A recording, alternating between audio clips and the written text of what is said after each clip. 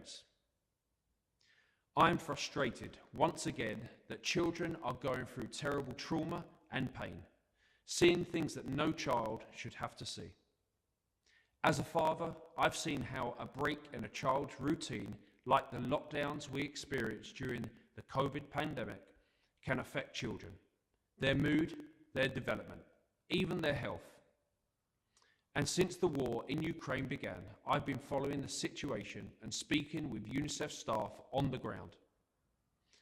I cannot imagine what the Ukrainian people have gone through these past 5 months. But I do know through my experiences with UNICEF that getting back to routines through education and learning is a great healer for many children. Whilst the war isn't over, it's important that whatever possible, we give children a chance to recover, to play, to meet new friends, to be close to their families, and to start to regain their childhoods. School is about learning, but it is also about so much more than that. When I was growing up, I was lucky to have teachers and coaches who guided and encouraged me to achieve so much more. All children deserve that, and Ukrainian children must be protected and kept safe. All of us, as parents, leaders, mentors and guides. And by recreating that feeling of safety, children will start to learn again and to dream of their futures. I wish you all the best for these important discussions today. Thank you. England football legend David Beckham, who's a UNICEF Goodwill Ambassador. And on the football front, can I just say personally, as a big fan of Arsenal, I'm absolutely jubilant today because we've just signed a brilliant Ukrainian player called Zinchenko. And I'm personally thrilled. Any Arsenal fans in the room? Oh, there are. Oh, the First Lady. Really?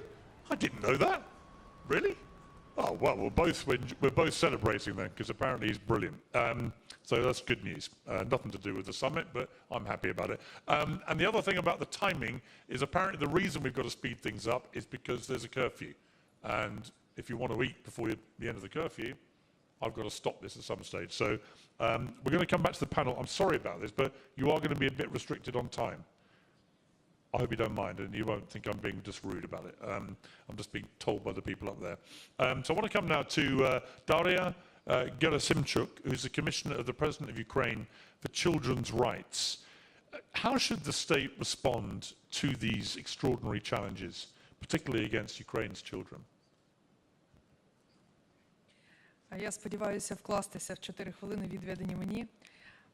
Шановні леді та джентльмени, учасники, коли ми чуємо слово «навчання», то у нас в голові виникають різні картинки. Це школа, вчителі, діти, навчальні класи, але цього року в Україні все інакше.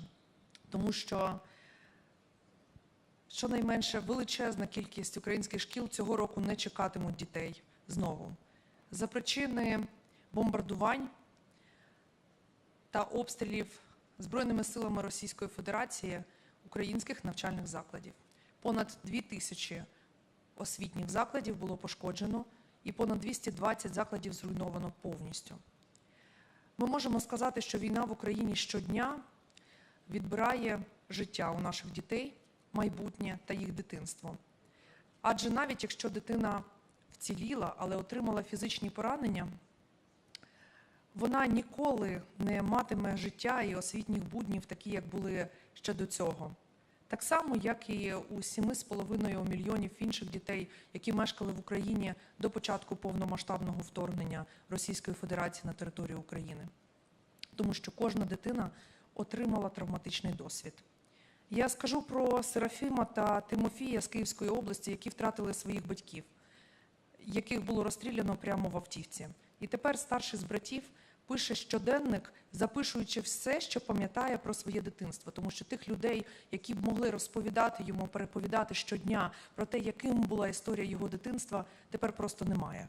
А він вважає, що людини без історії не існує, і тому продовжує це робити. Тож зараз, говорячи про виклики відбудови нашої України після нашої перемоги, і прямо зараз ми маємо пам'ятати про те, що щодня маємо зважати на потреби тих дітей, які отримали фізичні травмування, та потреби дітей, які психологічно травмувалися. Ми маємо відбудувати безбар'єрну, дружнє середовище для кожної дитини, де є можливість вільно пересуватися, де є можливість отримати психологічну допомогу та підтримку, де є можливість отримати інклюзивну чи спеціальну освіту, якщо на це є потреба. Дуже багато, мільйони українських родин переміщалися по території України і за кордон для того, щоб врятувати своїх дітей. Так, понад 2 мільйони українських дітей опинилися за кордоном. Ці діти не біженці. Ці діти, які шукають в інших країнах тимчасового захисту від російських бомб і снарядів. І вони потребують постійної підтримки для збереження їх ідентичної приналежності, для того, щоб вони продовжували постійно вивчати українську мову, українську літературу та історію і, звичайно ж, мали повний доступ до української школи онлайн. Але всі ці діти хочуть повернутися додому. На жаль, не у всіх буде така можливість прямо зараз. Чому? Тому що, повім вам іще одну історію. Є Ірина та Віталій Целухіни, які були батьками-вихователями 10 дітей, позбавлених батьківських прав і єдиної біологічної доньки. І коли почався прицільний обстріл Рубіжного, жінка з дітьми втекла на безпечну територію України, а чоловік залишився охороняти найцінніше – будинок. 30 березня свідки переповіли Ірині, що рашисти прицільно зруйнували їх будинок, а чоловік загинув. І тепер цій родині просто немає куди повертатися. Тож, якщо ми говоримо далі для того, щоб зберегти ті родини, прийомні родини, патронатні родини, дитячі будинки сімейного типу, які ми вже маємо, та створювати нові і нові, для того, щоб кожна українська дитина зростала саме в сімейному колі, а не в закладах інституційного догляду, нам потрібні будинки. Багато будинків. Всі чудово розуміють, що війна – це величезний стрес для кожного. Але для дитини з інвалідністю війна – це стрес помножений на 10 тисяч.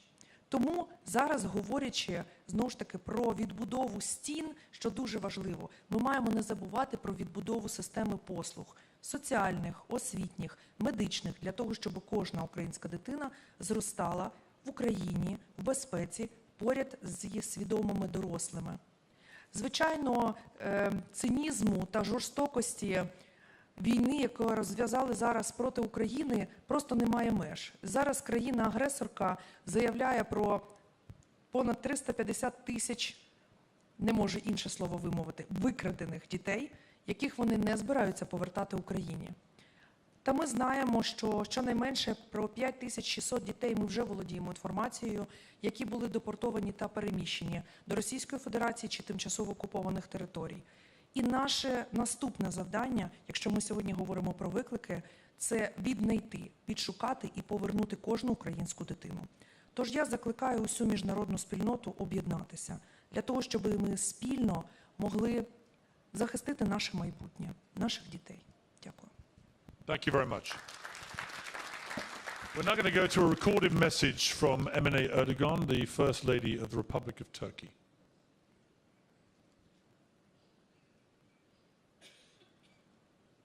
Ukrayna Devlet Başkanı'nın kıymetli eşi, değerli dostum, Olena Zelenska hanımefendi, devlet ve hükümet başkanlarının saygıdeğer eşleri, muhterem hanımefendiler ve beyefendiler, sizleri en kalbi duygularla selamlıyor, Türk halkının saygı ve sevgilerini gönderiyorum. Barışa ve beşeriyetin huzuruna büyük bir katkı olduğuna inandığım bu zirveye davetlerinden dolayı Sayın Olena'ya bilhassa şükranlarımı sunuyorum.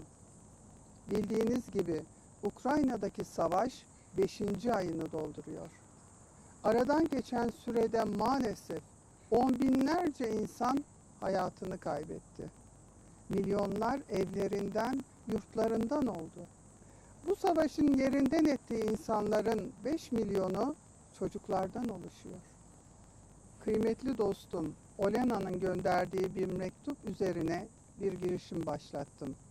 Ukraynalı yetim çocuklar ve refakatçilerinden oluşan savaş mağduru yaklaşık 1300 kişiyi ülkemizde misafir ediyoruz. Çocuklarımıza yaşadıkları travmanın etkilerini azaltmak için psikolojik destek sağlıyor kültürel faaliyetler düzenliyoruz. Yunus Emre Enstitümüz ile ülkemizdeki yaklaşık 1200 Ukraynalı yetim çocuk için Türkçe kursları başlattık. Ukraynalı okutmanları yüz yüze ve çevrim içi kurslara entegre ederek ders vermelerini sağlıyor ve bu zor süreçte onlara da destek oluyoruz. Enstitümüz çocuklar için temel Türkçe kitabı hazırladı. Ukraynalı Türkologlar bu yayınlarda yazar, çevirmen ve editör gibi roller aldılar. Bu kitap ayrıca çocuklar için hazırlanan dünyadaki ilk Türkçe Ukraynaca öğretim kitabıdır. Bunun yanında ünlü Ukraynalı yazar Lesya Ukrainka'nın Zorluklar Öğretir adlı masalının basımını tamamladık ve Ukrayna'nın Ankara Büyükelçiliğine teslim ettik.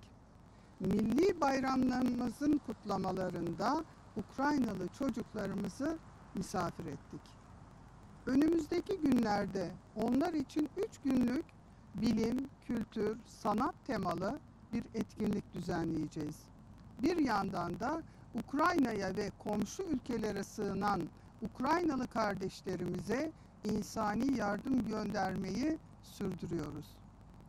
Bugüne kadar 100 tır dolusu yardımı Ukrayna'ya ve Moldova'ya ulaştırdık. Değerli katılımcılar, 2021 yılında 89,3 milyon olan mülteci sayısı Ukrayna Savaşı'yla maalesef 100 milyonu aştı. Savaş herkesi etkilerken maalesef ki kadınları ve çocukları orantısız olarak etkiliyor. Barınma, güvenlik, gıda, sağlık ve eğitim gibi temel ihtiyaçlardan mahrum oluyorlar. Hayatları onarılması güç yaralar alıyor. Şu gerçeği çok iyi anlamalıyız ki dünyanın bir yerinde savaş varsa insanlık oradan kan kaybetmekte ve feci bir sona sürüklenmektedir. Çünkü savaşlar hiçbir zaman sürdürüldüğü sınırlar içinde kalmaz.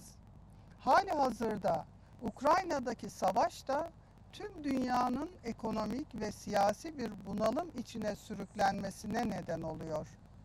Dünya barışı dediğimiz ideali gerçekleştirmek için uluslararası toplum olarak tüm zulümlere eşit reflekslerle karşı koymamız lazım. Çünkü dünyanın tüm çocukları insanlığın öz evladı, tüm insanlar insanlık ailesinin eşit mensuplarıdır.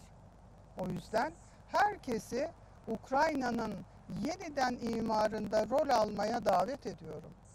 Irk, dil, din gibi ayrımları gözetmeden savaş mağduru tüm kadın ve çocukların desteklenmesi için el ele verelim. Türkiye olarak diplomasinin tüm araçlarını en üst düzeyde kullanıyor ve bu savaşın durdurulması için çalışıyoruz. Savaşın yıktıklarını ayağa kaldırmanın ve tüm dünya olarak el ele vermenin yeni savaşların önündeki en kuvvetli kalkan olacağına inanıyorum. Lider eşleri zirvesinin Ukrayna'daki trajediye bir kere daha dikkat çekmesini ve bu kötü günlerin bir an önce geride kalmasını yürekten diliyorum. Sizlere saygı, sevgi ve en iyi dileklerimi gönderiyorum. Kalın sağlıcakla. Thank you very much to the First Lady of the Republic of Turkey. While our next speaker became the first Ukrainian and the second woman in history to win the Fields Prize in Mathematics. It's often called the Nobel Prize for Mathematicians. So delighted to be joined now by Marina Vyazovska, who is now almost as big as Hollywood stars, such as the growing fame, and clearly has a gigantic brain. So I might be out of my depth here, but I'm going to try. Marina, if you could just explain to me, perhaps very specifically and briefly if you don't mind, how Ukrainian students and school children abroad can take advantage of new educational opportunities. Я вітаю усіх гостей саміту, перших леді та джентльменів. І дякую першій леді України за організацію цієї події. Хочу сказати, що я пішла в школу 1 вересня 1991 року. Лише через 2 тижні після того, як народилася наша незалежна Україна. І тому своїй освіті я завдячую саме українській школі і українському університету. Зараз, на жаль, ми бачимо, як українські школи, українські університети руйнуються у цій надзвичайно несправедливій війни Росії на нашій землі. І мільйони українських дітей стали біженцями. Серед них і мої племінники, племінниця. Діти, які опинилися у новій країні, вони вимушені пристосовуватися до нової системи освіти. І одним з перших етапів цього пристосування є, звичайно, першим найважливішим кроком є вивчення нової мови. І з власного досвіду я хочу сказати, що це дуже важка, особисто для мене, мабуть, і для всіх, хто колись вивчав іншу мову. Важка і кропітка робота, але й винагорода теж величезна. Тому що нові мови, вони з'єднують людей і відкривають перед нами нові двері. У той самий час діти, які зараз вимушено переживають на території інших країн, дуже важливо зберегти їх зв'язок з Україною, з українською школою, з українською мовою і з українською культурою, тому що всі вони мріють повернутися в Україну. Я думаю, тут надзвичайно важливими є навчальні онлайн-проекти, про які вже розмовляли спікери переді мною, а також створення українських культурних центрів, про які вже теж сьогодні йшла мова, наприклад, про створення нового такого центру в Литві.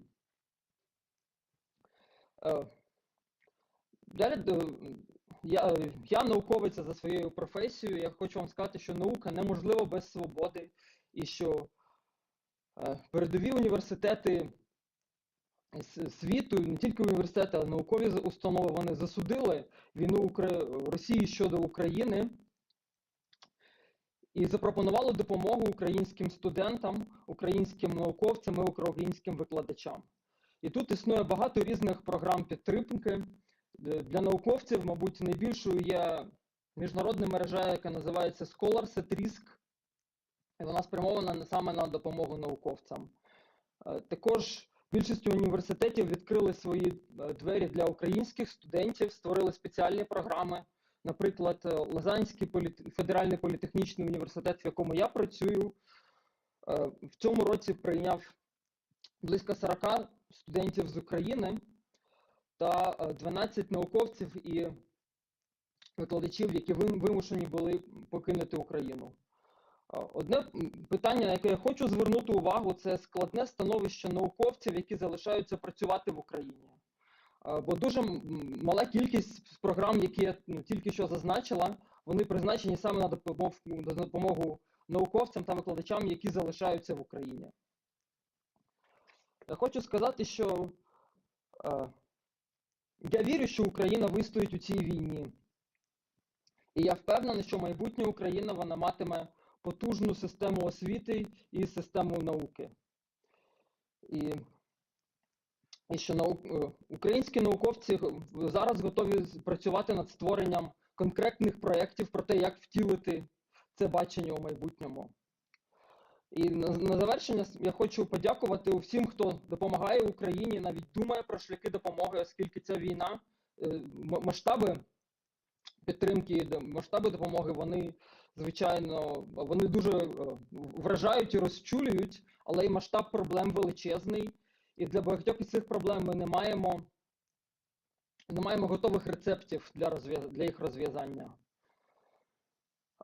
Але також але найбільше я хочу подякувати нашим захисникам і захисницям, бо без них неможливо буде здійснити усі мрії про майбутню Україну. Дякую.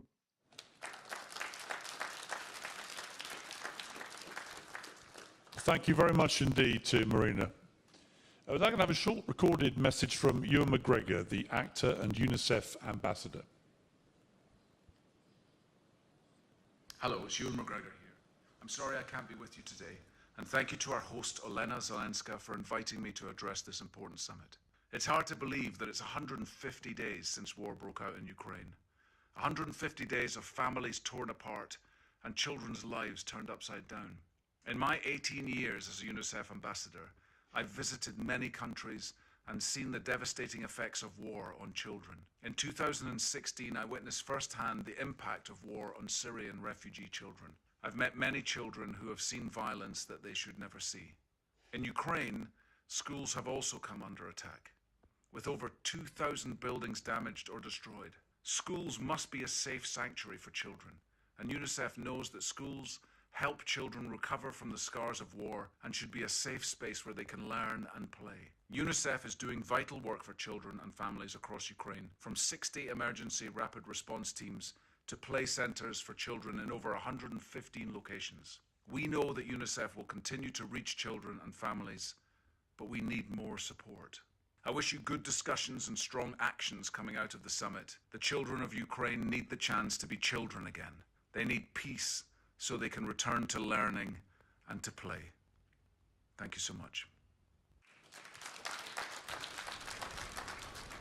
Thank you to Ewan McGregor. I'm going to come now to our third panelist, Fede Shandor, who's a university professor and has actually been giving lectures on tourism studies right from the trenches, an extraordinary situation. Tell me about that. Tell them about the challenges of doing your work, during a war.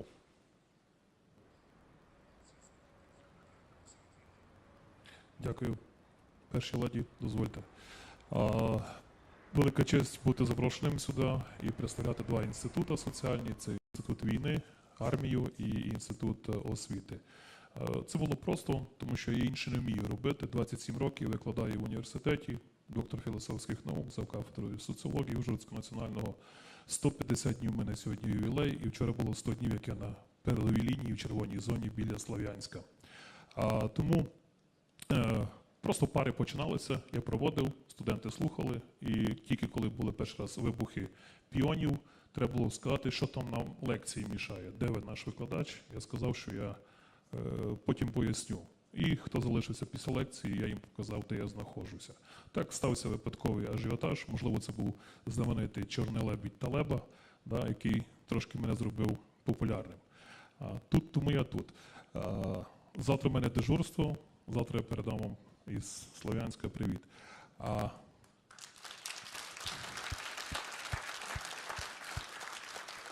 Власне, відповідаючи на ваше питання, я маю свій обов'язок у мирний час вчити, виховувати як педагог.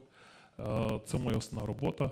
У військовий час я захищаю свою сім'ю і свою батьківщину. Інакше б нас, українців, просто не було. Ворог не зупиниться ні в Херсоні, ні в Криму, ні в Донецьку, ні навіть в Києві і навіть в рідному моєму Закарпатті. Він зупиниться, коли завоює весь світ. Це голодний ворог. А судячи по тому, що він робить, він іще і не освічений.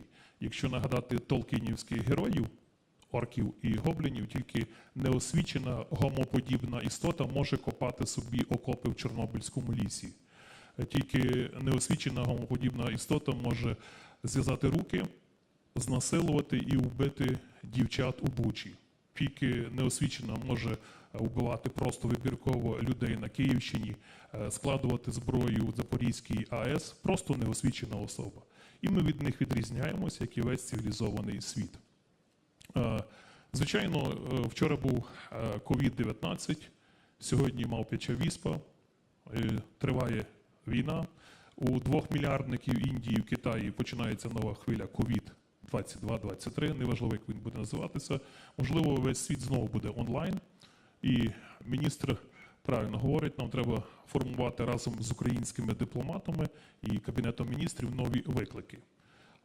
Слова перших леді мені два вислови. Перший від пані першої леді із Литви сказали, що 500 вчителів, викладачів знаходяться у Литві. І пані перша леді України сказала, що перше, що у нас стоїть із 3 завдань, це повернення назад. Звичайно, нам даде Європа, весь світ зброю, но воювати маємо ми. Нам дадуть фінанси, но будувати і вчити будемо ми. А якщо ми не повернемося, то нас не буде просто існувати. Тому завдання дуже просте – повернути. Тому що, ви знаєте, зараз прогрес мрії поступився прогресу конформістам. Молодь краще отримає айфон, ніж буде досліджувати місяць. І, відповідно, хто живе в конформізмі, не буде створювати нові прогресивні ідеї, він буде задовольнятися, що йому комфортно.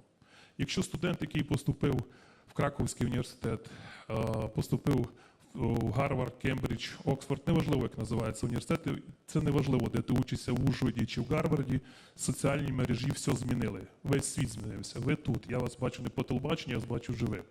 І безпосередньо виступають перед нами перші леді світу, ми їх чуємо, бачимо, розуміємо. Тому освіта, ми не чуємо серед прогресивних людей прізвища випускників Кембриджа і Гарварда, серед кращих художників світу, серед кращих архітекторів, фудблогерів, науковців. Там вихідці із тих країн, які ми, вау, як може бути з Гватемали, Коста-Ріки, чи Тувалу, Тонга, вихідець, який таке створив.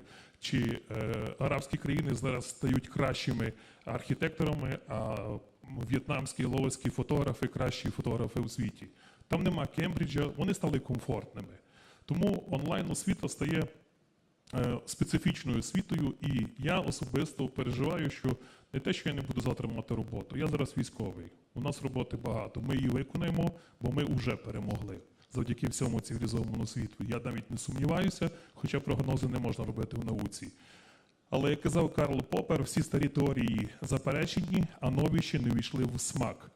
Тому за Насімом Талебом ми чітко знаємо за теорію випадковості, що той, хто був другом, не є другом, а той, хто був ворогом, не є безпосередньо твоїм ворогом.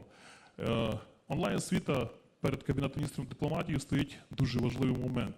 Як не втратити ті 1,5 мільйона дошкільнят і ті 1,5 мільйона учнів, я не говорю про студентів, бо це, очевидно, ми їх втратимо, це буде правда сказати, тому що студент, який учиться у комфортних умовах, без війни, який боїться бути призваним, він, очевидно, не повернеться розбудовувати Україну, хіба лише в тому випадку, коли все заспокоїться, коли вже буде комфорт. А ось діточки, а також їхні батьки, які є вчителями, викладачами, у нас виникла нова проблема – повернути їх. Через місяць будуть перші педради в школах. І ми вже знаємо, що директори шкіл не допустять до навчального процесу вчителів, яких немає безпосередньо в Україні.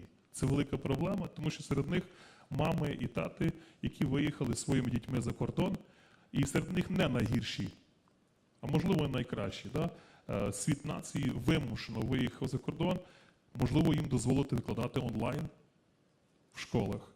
Можливо, створити анімацію в Ютубі, в Тік-Токі, в тому, що вимагає сьогоднішнє суспільство, нове. Да? Вона буде дивитися через ті знамениті мультики чи через якісь тіктоковські 20-секундні ролики, те, що колись знаменита харківська вчителька, да, переспівувала. Тому це швидке рішення, тому що залишився рівно 1 місяць до 1 вересня. Всі батьки знають, що 1 вересня це дзвоник, хоча він чисто такий, як рефлекс Павлова для нас, да? Ми маємо небагато відновити новими функціональними можливостями повернення дошкільнят, учнів і, звичайно, вчителів-викладачів назад. А ми постараємося зі своєї сторони продовжувати робити, вчити, виховувати те, що ми вміємо. Ми не здамося. Слава Україні!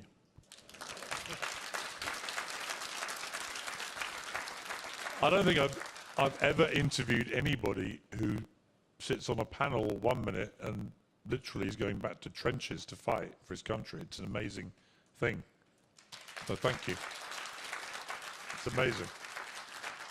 You sum up the Ukrainian spirit, which is an extraordinary thing. So thank you. I appreciate it. I've completely lost my way now. No, I'm okay. We've got the great honour now to speak to Her Excellency Rosanna Briseno, the spouse of the Prime Minister of Belize, Special Envoy for the Development of Families and children. Your Excellency, thank you so much for joining us. What would you like to say to the summit?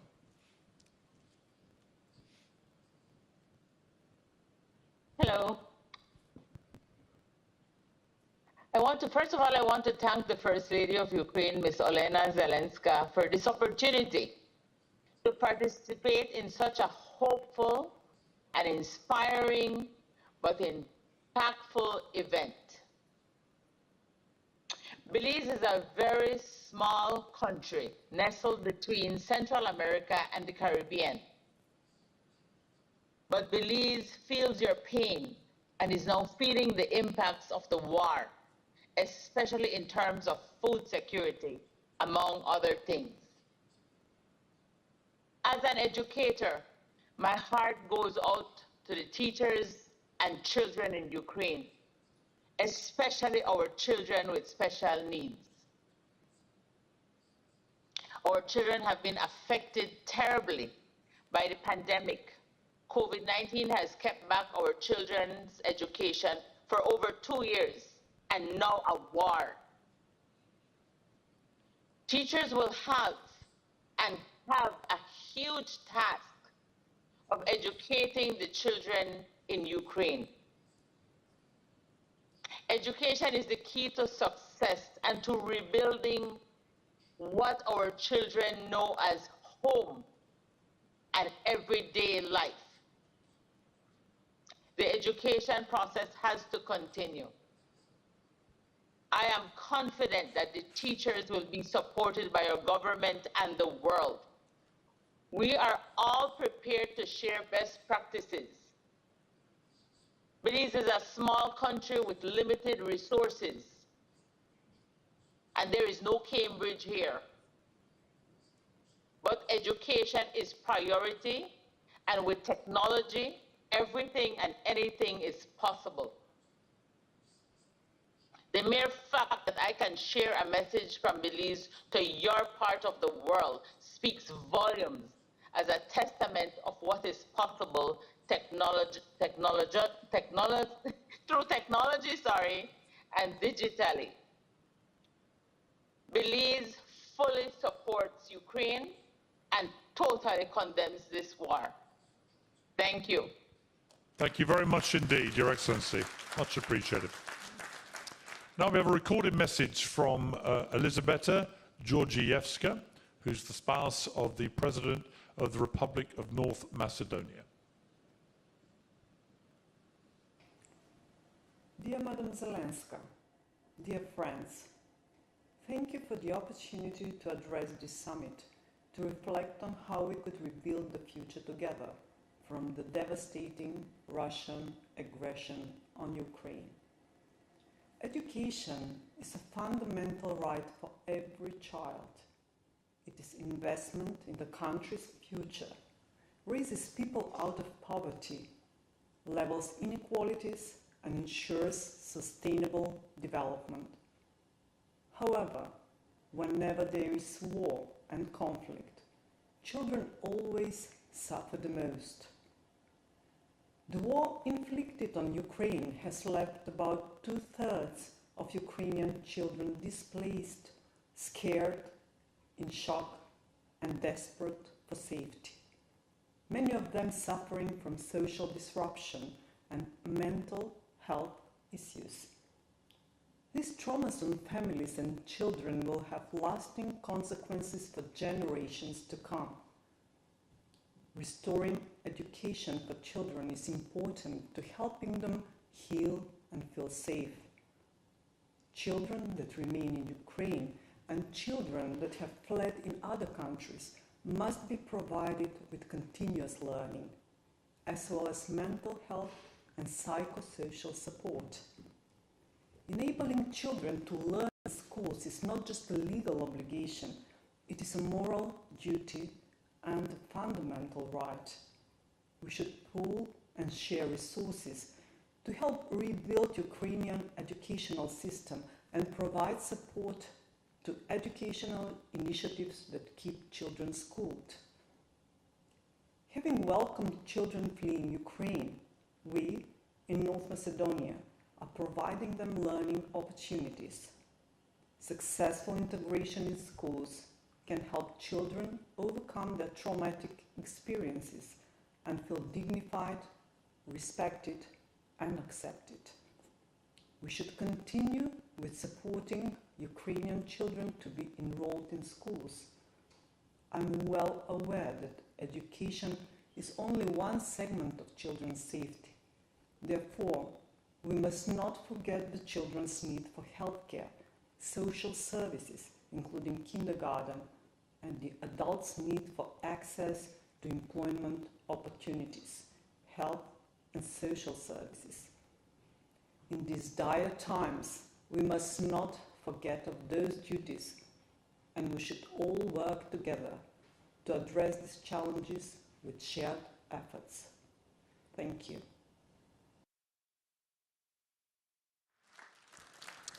Well, I want to tell you a little story now, an extraordinary story, a heartbreaking one, actually, of tragedy, salvation, but ultimately hope, like so many tragic stories in Ukraine at the moment. A 6-year-old boy from Mariupol who lost both of his parents.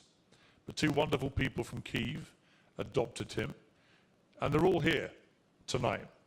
So, Ilya, where are you? Is he here? I hope he's here. Is Ilya here with his foster parents, Maria and Vladimir? There he is. I can see him. Hey, Ilya. There he is. Come up, come up, come up.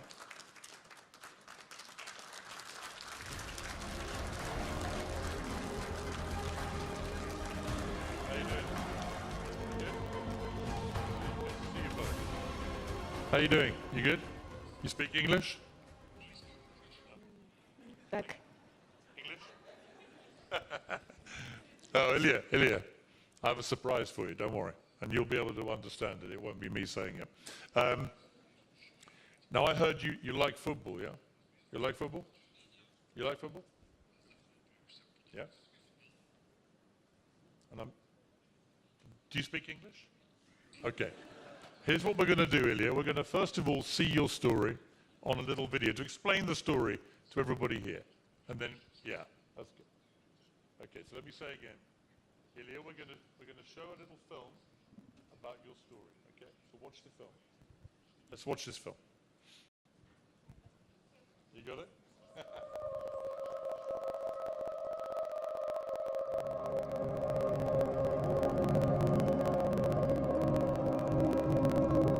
Илья с города Мариуполь. Он там родился и прожил там. Воспитывала его мамочка сама. У них закончилась еда, и мама пошла купить покушать. И мама не вернулась. Ребенок 3 недели по подвалам сидел. То, что он там пережил, страшно представить.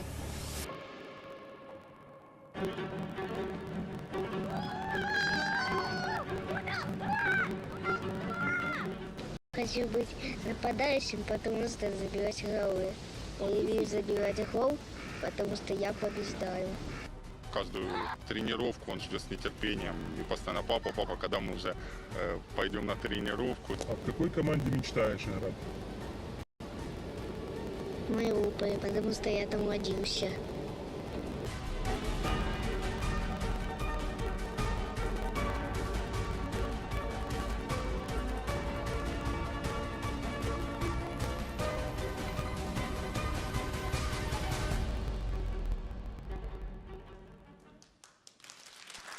Okay, so Ilya, you can now understand me, right? And you like football. And you want to play for Mariupol one day, and maybe you want to play for Ukraine, yeah?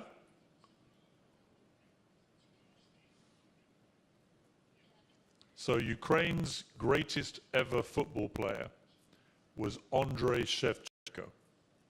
He was the best, and he was a striker, which is what you want to be. So we had a little chat with Andrei, and he has a little surprise for you. So watch the screen again, okay?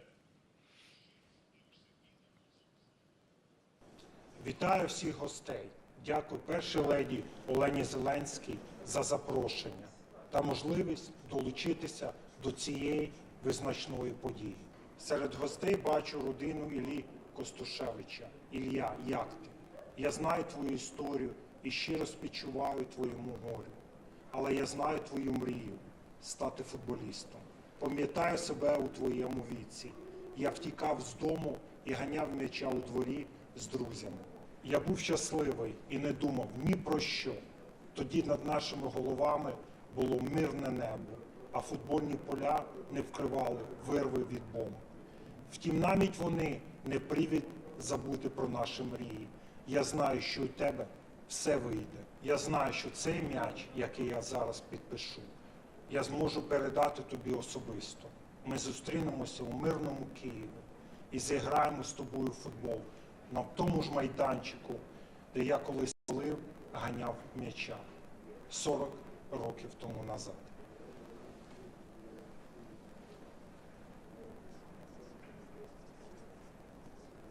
Це для тебе. Кожен з нас мріє про своє, і кожен про спільне. Про спільну перемогу над ворогом, про країну, яку ми відбудуємо. Я, як амбасадор United 24, платформу, яку заснував Володимир Зеленський, впевнений, we rebuild Ukraine together. Дякую. Well, thank you very much to the great Andrei Shevchenko. Ilya, he's the best player Ukraine has ever had. I wish he'd played for Arsenal, my team. But maybe you will be, when you get bigger, the next Andrei Shevchenko. Maybe you're going to be Ukraine's next great striker. Would you like that?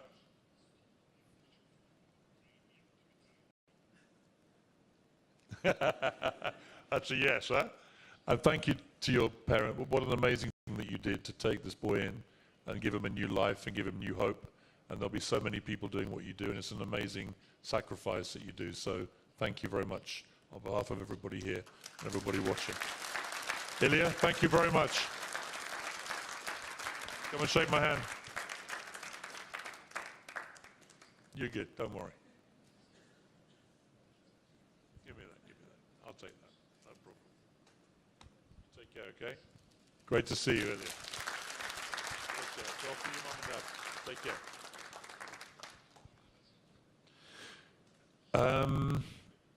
That was great, wasn't it? That's what makes it all worthwhile.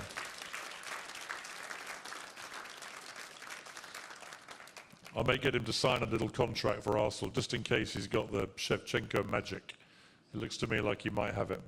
Now we have a message now, I think, I have no idea who this next one is. Can you remind me? I lost my thread. Oh, I'm sorry, okay, I got it. Had a different name down. So this is a message from Her Royal Highness, the Hereditary Princess Sophie von Hohenzollern-Liechtenstein. Here's a message from her. Dear First Lady Mrs. Zelenska, dear First Ladies and gentlemen, I would like to thank you for organizing this summit, and I feel truly honored to have the opportunity to speak to you today. 1 year ago, nobody amongst us would have imagined that Europe would experience such a horrible war. Nothing can justify the unprovoked aggression against Ukraine, including the large number of atrocities that are being committed during this conflict. From the very beginning, Liechtenstein has condemned the war as a blatant violation of international law. We have fully and quickly implemented all European sanctions against Russia and Belarus. Together, we must defend our common values, which include the respect for international law, human rights, and democracy.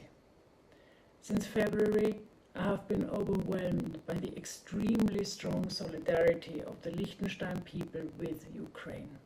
With 46 Swiss francs per capita, we are one of the highest per capita humanitarian contributors amongst all donors. Also, we have granted temporary protection to more than 260 refugees from Ukraine in Liechtenstein, including 60 children who are attending our schools. I have also been overwhelmed and deeply touched by the solidarity of the civil society and the private sector. Hundreds of people and private companies have collected money or relief items. Others have open-heartedly offered accommodation for displaced Ukrainian families. Liechtenstein has committed to contribute towards the recovery of Ukraine in accordance with its capacities. The recovery process should be guided by the rule of law, human rights, and democratic principles. We are convinced that the perpetrators of international and human rights law must be held accountable for the committed crimes. The consequences of the war are of a global scale. We are all aware of the increasing food insecurity and the rising prices for energy supply. All of this affects us not only in Europe, but also in countries in Africa and the Middle East. We must therefore uphold and strengthen our solidarity with Ukraine without forgetting about the most vulnerable people in other parts of the world. Finally, let me once again reassure you of Liechtenstein's continued solidarity with Ukraine. I thank you. Thank you very much indeed, Your Royal Highness. And now we go to the First Lady of Ecuador, Maria de Lourdes Alcavar de Lasso, who has a recorded message also for us. Señores y señoras, la invasión militar de Rusia ha puesto en riesgo la vida de más de 40 millones de personas en Ucrania. Los más vulnerables y desprotegidos son los niños, los adolescentes, los ancianos, los enfermos y las mujeres. Ecuador condenó el pasado 24 de febrero la decisión de Rusia de lanzar una operación militar que viola la soberanía e integridad territorial de Ucrania. Exigimos en este momento, y lo hacemos ahora, que se respeten la vida, la seguridad y la integridad de todos los civiles. Los bombardeos, los disparos, la violencia, la destrucción de la infraestructura y de las viviendas son deplorablemente parte de la cotidianidad. Al menos 6.8 millones de ciudadanos han cruzado las fronteras de Ucrania hacia países de Europa Occidental, según las cifras de la Agencia de Naciones Unidas para los Refugiados, ACNUR. De ellos, más de 730 lograron salir con destino a nuestro país, en vuelos humanitarios gestionados por nuestro gobierno. La mayoría fueron con nacionales, pero también fueron rescatados ciudadanos ucranianos, peruanos, colombianos y de otras nacionalidades. No podemos ser indiferentes, es necesario levantar nuestras voces para que se respete el derecho que tenemos todos los seres humanos a vivir en paz, a desenvolvernos en un ambiente sano y seguro, que nos permita desarrollarnos a plenitud. Solo la paz y el diálogo serán capaces de solucionar las diferencias de manera constructiva y respetuosa para todos. Levantamos nuestras oraciones para que Ucrania vuelva a vivir en paz y que Dios nos bendiga a todos. And we now have a recorded message from Brigitte Macron, the First Lady of France. Mesdames, Messieurs, chers amis, je souhaitais commencer mon intervention par la lecture d'un message que j'ai reçu il y a quelques jours seulement, celui de Nicolas. Nicolas est un adolescent ukrainien de 14 ans qui est actuellement hospitalisé en France à Lille, où je l'ai rencontré en mars dernier. Voilà ce qu'il dit. Madame Macron, j'ai fini la chimiothérapie. J'ai supporté difficilement. Mais maintenant, je me sens bien. Les résultats du traitement sont très bons. Pendant le traitement, nous avons été très bien accueillis et aidés. Ma sœur a terminé l'école, elle a beaucoup d'amis. Les gens que j'ai rencontrés à l'hôpital et à la maison ont un grand cœur. J'ai réalisé que la France est un pays sympathique. Nicolas n'est pas le seul. Comme lui, Anastasia, Darina, Diana, Kirill, Paulina, Valéria et de nombreux autres enfants et adolescents entre 2 et 19 ans sont en France pour poursuivre leur traitement contre le cancer. Leur accueil a été rendu possible grâce à une immense chaîne de solidarité qui a commencé en Ukraine et qui a continué en Pologne. Ces jeunes enfants sont arrivés en France et ont été pris en charge dans nos hôpitaux grâce à l'implication de nos diplomates, du personnel soignant, des bénévoles associatifs.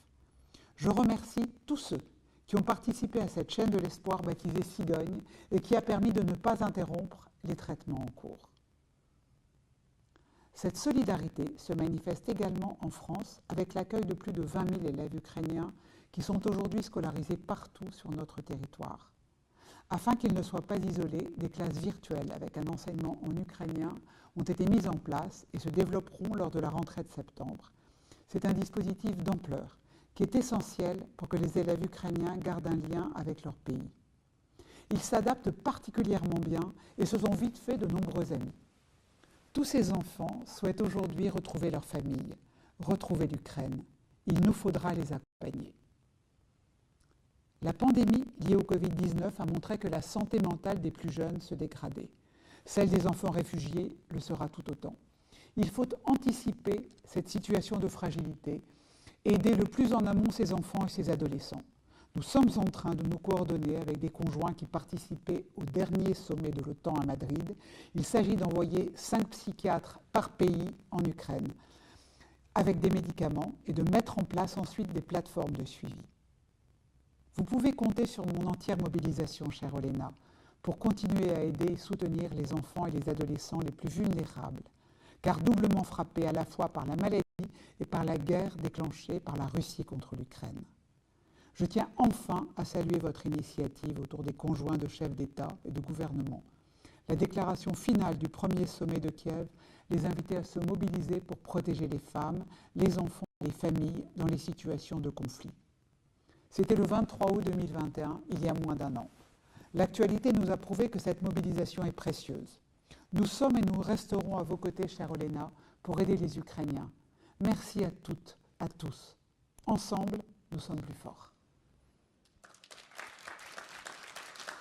Merci beaucoup. I can speak a bit of French, that's all I can do, so I may as well show it off. Our next message is the UN Under-Secretary General, Pramila Patten, who will speak about the horror of war, including sexual and gender-based violence and support for the victims of such violence.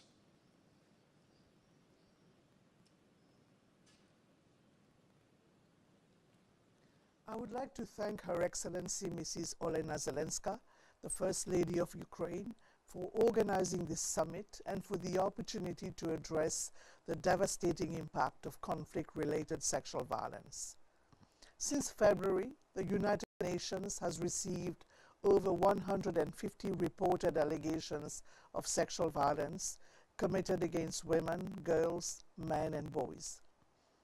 These include harrowing personal testimonies of rape at gunpoint and rape in front of family members as a consequence of the violation of Ukraine's territorial integrity by Russian forces. At the same time, we know that sexual violence is a chronically underreported crime and that these data only represent the extreme tip of the iceberg. Sexual violence is one of the most devastating forms of violence committed mainly against women and girls, but also men and boys during armed conflicts. It has lasting harmful effects on victims, their families, communities, and societies. It shatters lives and livelihoods with consequences that echo across generations, including in the plight of children born of wartime rape. Wartime sexual violence has enduring effects on survivors that ripple outward to also devastate families, shred the social fabric, and undercut community cohesion. It is a crime that destroys relationships as well as personal health and resilience. Secondary traumatic stress is also suffered by family members, especially those forced to witness the assault. History has shown us that unresolved trauma is continued trauma, which only compounds over time when left unaddressed. Indeed, the effects of conflict-related sexual violence linger long after the guns fall silent. Survivors endure nightmares, flashbacks, anxiety and depression, often exacerbated by social ostracism, rejection and shame. In the wake of this crime, which precisely aims to humiliate, dehumanize and terrorize its targets, the physical and psychological trauma is profound. Some victims are infected with sexually transmitted diseases, including HIV. As well as causing physical injury, it is associated with an increased risk of a range of sexual and reproductive health problems, with both immediate and long-term consequences. Ladies and gentlemen, too often the needs of women and girls in conflict settings have been sidelined and treated as an afterthought. We cannot allow this history of silence and inaction to be repeated in the context of Ukraine. The physical and psychological health of survivors, their families and communities hangs in the balance. Its restoration will require sustained political resolve and resources to empower survivors and help them replace horror with healing and hope. Thank you. Thank you very much indeed. Don't panic, everyone. I'm not going to start playing the piano if that's what you're worried about. So I can see panic mounting on your faces. Somebody much more talented than me will be doing so very shortly. But let's go first to Sima Bahus, who's the Executive Director for UN Women in War Conflicts.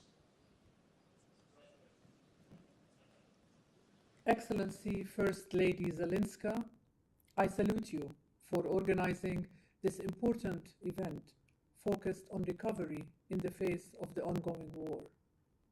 Excellencies, ladies and gentlemen, all protocol observed. Ukrainian women must be at the center of recovery and rebuilding. They must be fully and equally engaged in decision-making at all levels. Their knowledge and perspectives are critical for effective, sustainable, and well-targeted responses. And their skills and economic participation will be vital for implementation. Ukraine has already made significant progress in achieving gender equality. Ratification of the Istanbul Convention is the most recent success. This reinforces both domestic and international dedication to the prevention of violence against women in times of peace as in times of war. UN Women research has revealed increased risks for women and girls of violence at this time. It is vital that the progress achieved so far in preventing violence is safeguarded and further advanced. This is fundamental for the rebuilding we envisage, where women's voices are not absent or silenced, but amplified and influential. As UN Women, we are committed to support you in ensuring that the rights of Ukrainian women and girls are accounted for and responded to.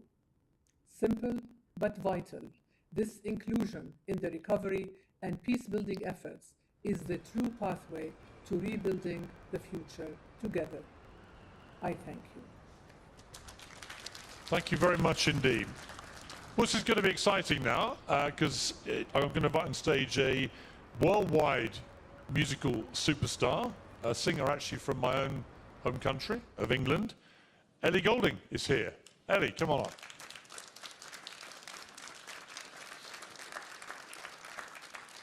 Ah, 2 minutes, they're saying. I've got to... Okay, so do you want me to knock out a couple of songs? Oh, I could do one, actually. I won't do one. I actually saw Ellie in the lift earlier, and she was so smartly dressed, I thought it was a first lady. Oh, look, she's brought her handbag up. Come on, Ellie. She looked so immaculate this morning, I actually mistook her for a first lady. I just didn't know which country. But anyway, it turned out it was Ellie Goulding, singing superstar. Lovely to see you. And she's going to say a few words for you. Ellie, have you got a microphone? Sorry about that, guys. I was a little bit unprepared. I didn't know I was on now, but here I am. So I'm going to say some words, if that's okay, first, just because this is such an amazing, huge thing for me to actually be here. Is the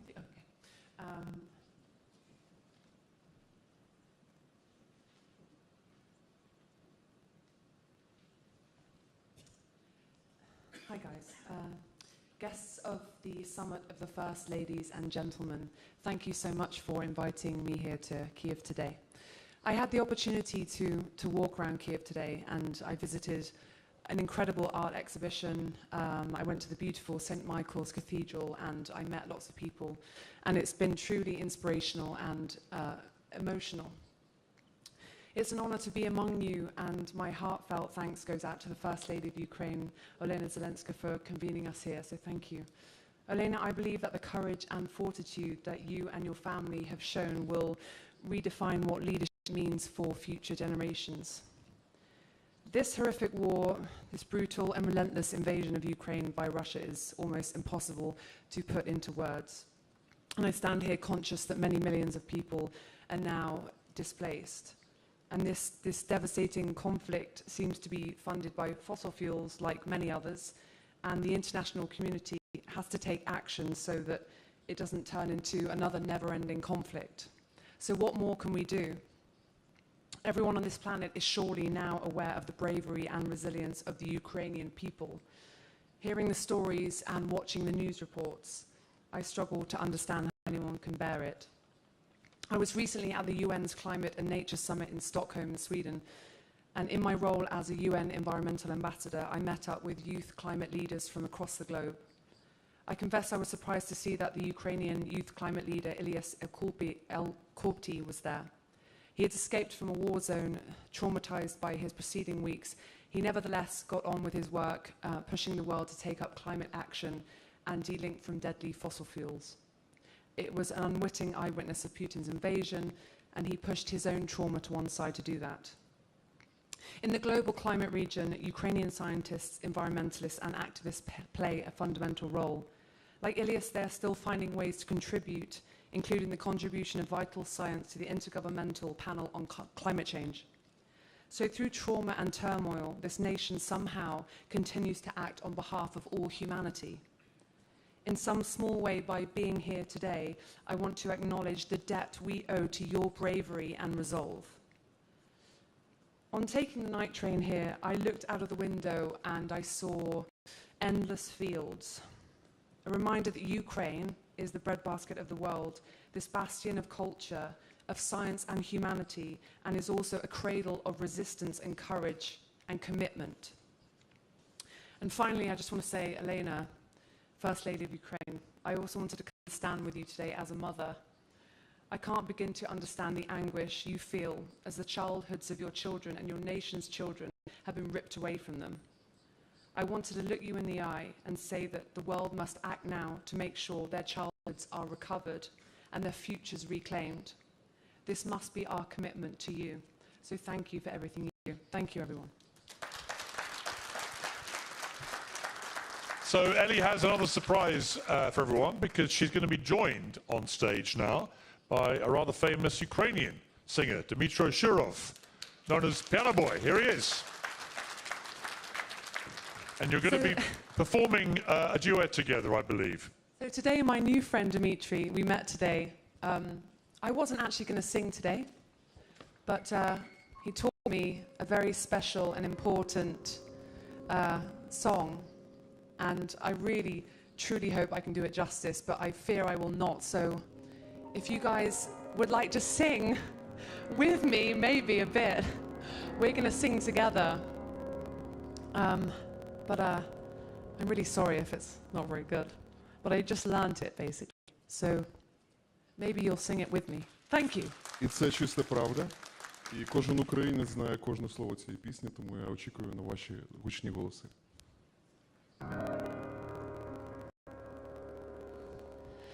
Ой, у лосі червона калина похилилася, чого наша славна Україна зажурилася, а ми тую червону калину підіймемо.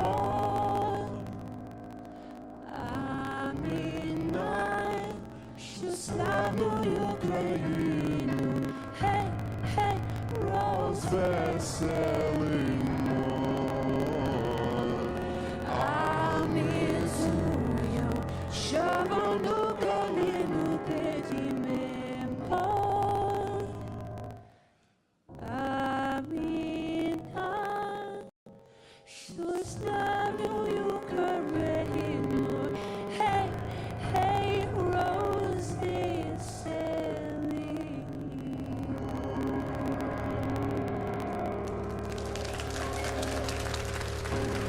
Слава Україні!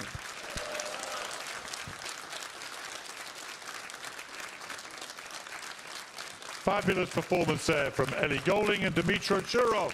Let's hear it for both of them.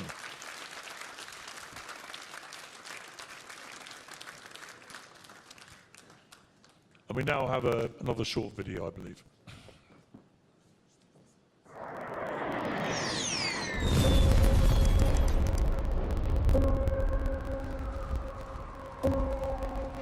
Давай її сюди. 10 метрах від нас розірвалася міна. Пальця в мене немає, мені його відірвало. Мама у мене запитувала. Я відповів, що не гарантую, що довезу. Наші лікарі – це справжнісінькі чарівники. Вони роблять диво, навіть коли ніхто не вірить. Витягають, рятують, не сплять і не кидаються роботу, навіть коли бомблять. Вони рятують життя, коли нам здається, що все втрачено. Але виявляється, навіть їм треба допомога. Нашим чарівникам треба дивомобіль, і тільки з ними вони зможуть робити свої дива, швидко приїжджати, долати погані дороги і ями, які залишаються від великих бум, щоб всередині дивомобіля була маленька міні-лікарня з усіма дивоштуками, які потрібні нашим чарівникам. Може, якби і в моїх чарівників був такий дивомобіль, вони б встигли зробити диво для мене.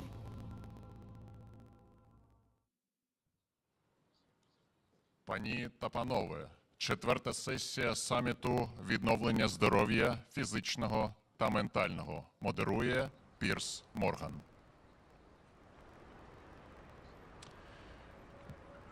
Well, because of the war, Ukrainians are experiencing constant stress, depression, anxiety, and problems with sleep and nutrition. This session will focus on the possibilities and ways of their physical and mental rehabilitation, the restoration of the healthcare system in the context of this new world reality. I'd now like to invite the First Lady of Latvia, Andra Apine-Levite, back onto stage, please.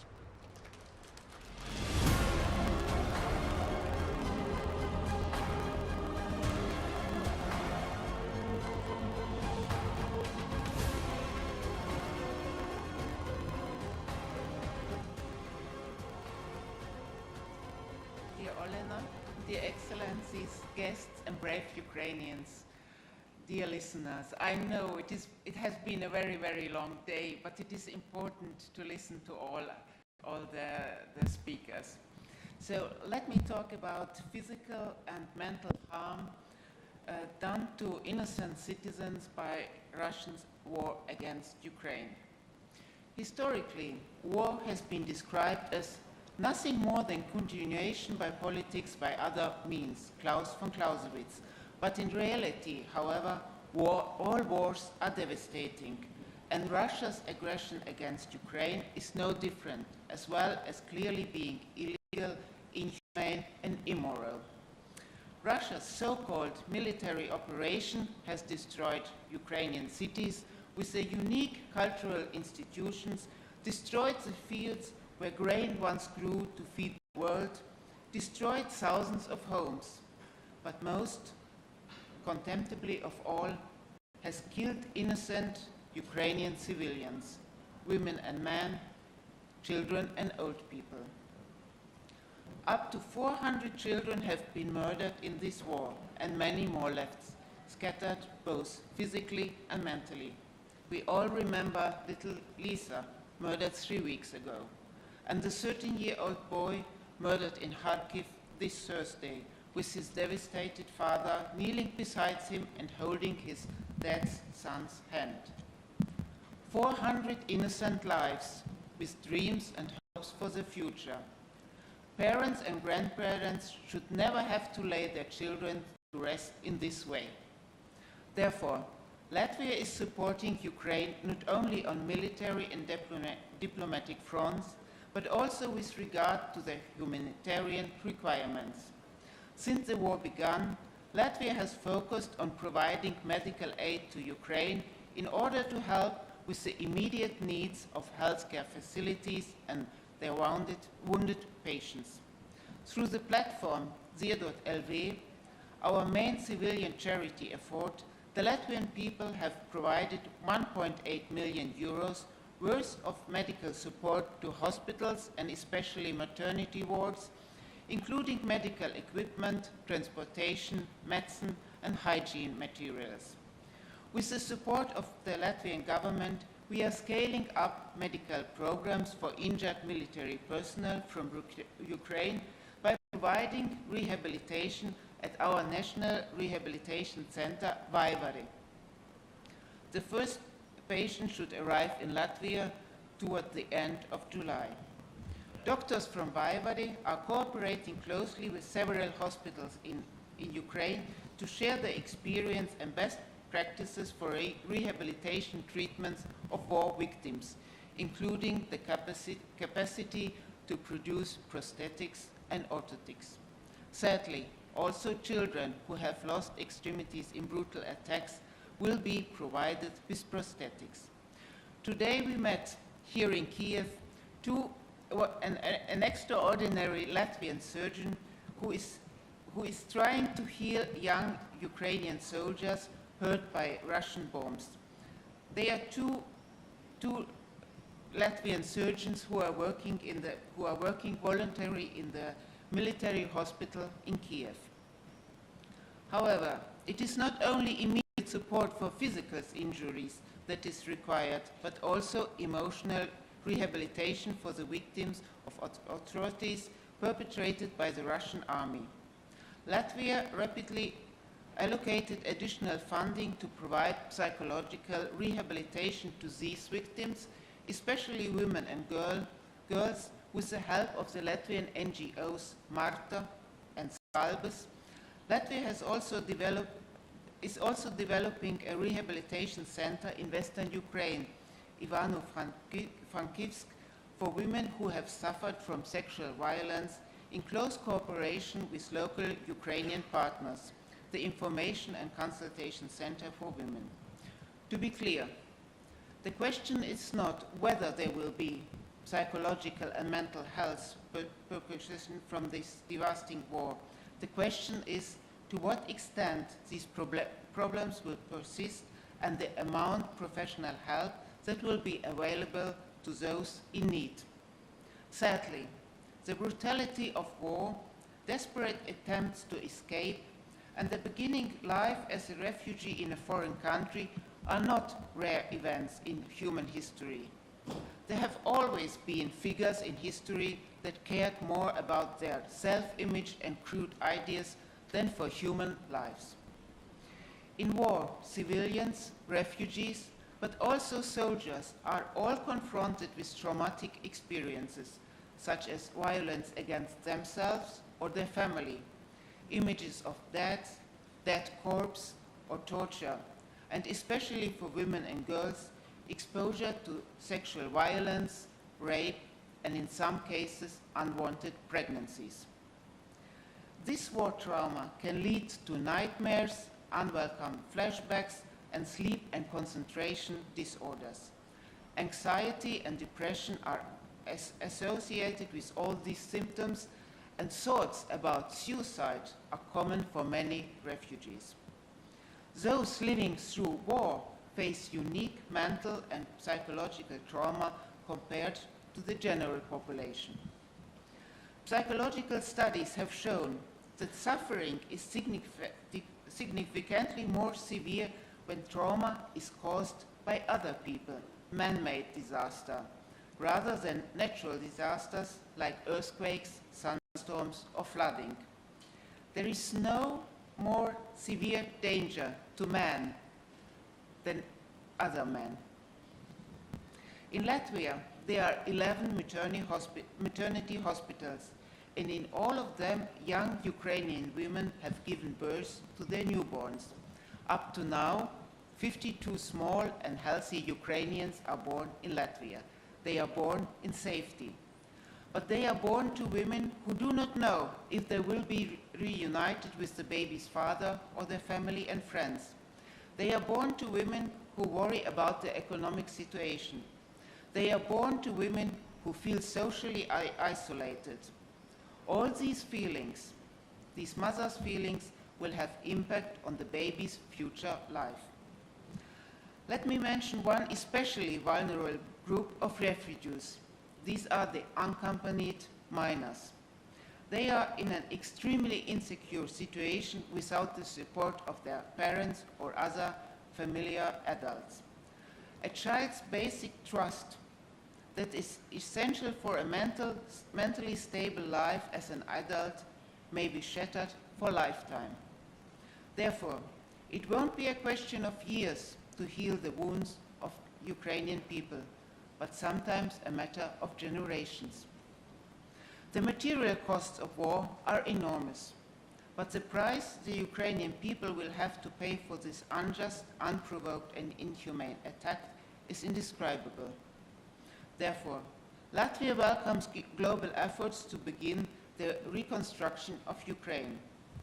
They will not only rebuild Ukraine's infrastructure and economy, but will also cultivate the best knowledge, practices, and technologies to create a new and modern European state. We firmly believe that after defeating Russia, the Ukrainian people will be unstoppable, enjoying prosperity, peace, and freedom for generations to come. Thank you, dear Olena. Love from Latvia, and Slava Ukraina.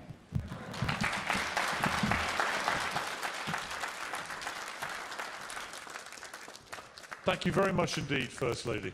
Much appreciated. We're now going to watch another video.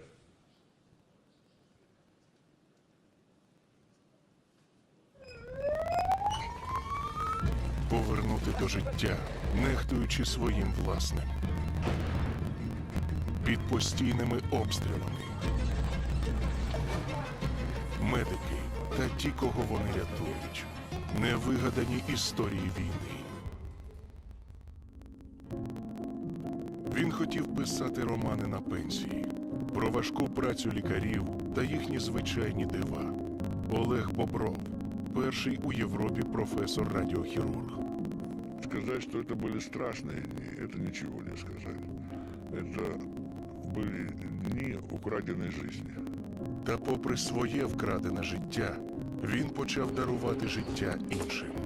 У ворожому оточенні, в кількох кілометрах від окупованої Бучі, у звичайному спортзалі професор Бобров відкрив пункт першої медичної допомоги.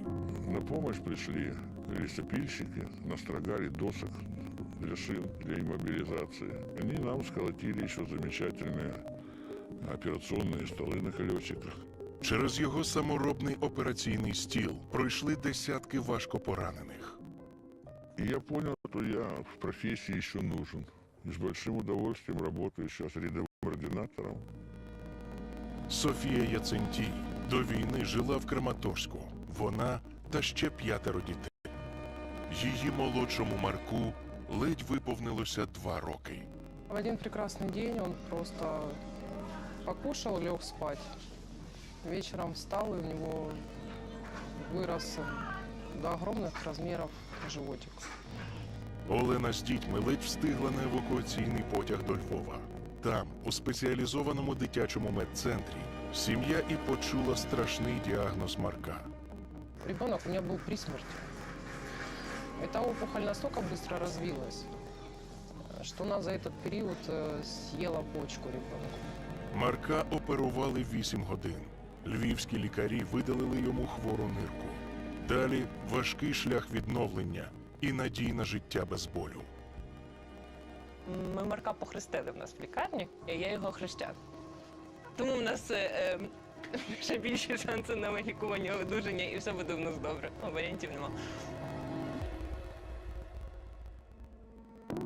Олеся Бондаренко з 10-місячною Кірою намагалися виїхати на авто з окупованого Демидова, що на Київщині. Їх обстріляли на захопленому блокпості. Олесі з Кірою вдалося вистрибнути. Ще троє згоріли в авто живцем. Я понимала, что надо спасать, идти куда-то спасать. То есть ребенок на меня смотрел такими глазами, как взрослый человек. Олеся ледь не стікла кров'ю, до останнього притискаючи до себе доньку розірваною рукою. Раздели деток, увидели, что у Кирочки в ножке 3 дырочки. Это у нее осколочки. Самое обидное и больное — это, знаете, когда маленький ребенок, а ты хочешь полноценно ее взять на руки, обнять нормально. То есть все равно я потеряла это.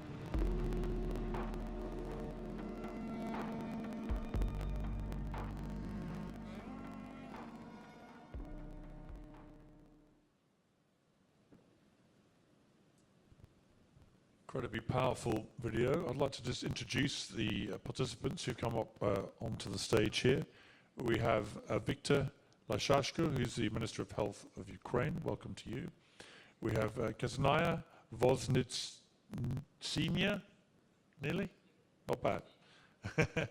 Chief Physician of the Lisova Polyana Hospital for War Veterans, and Vadim Siridenko, the Presidential Commissioner for Rehabilitation. Welcome to all of you. But I believe, first of all, we're going to go to London, and we're going to speak to a very special guest today, and that is Yulia Paevska, who, of course, recently was released from Russian captivity. So I'm hoping I can talk to Yulia. There she is. Welcome to the summit, and how great to see you. Please tell us about your experience and what you would like to share with the summit.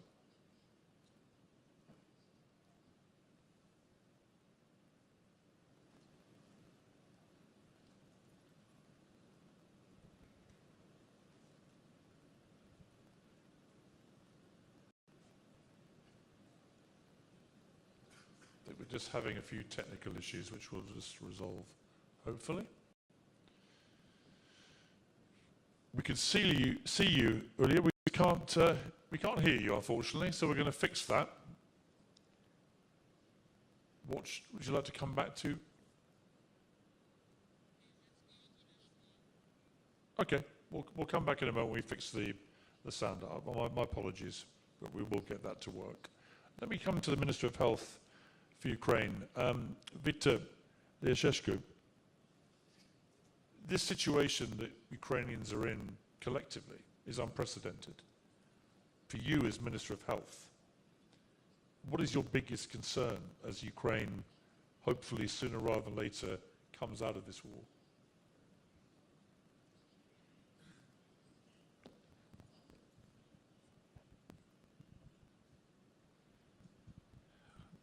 Вітаю всіх.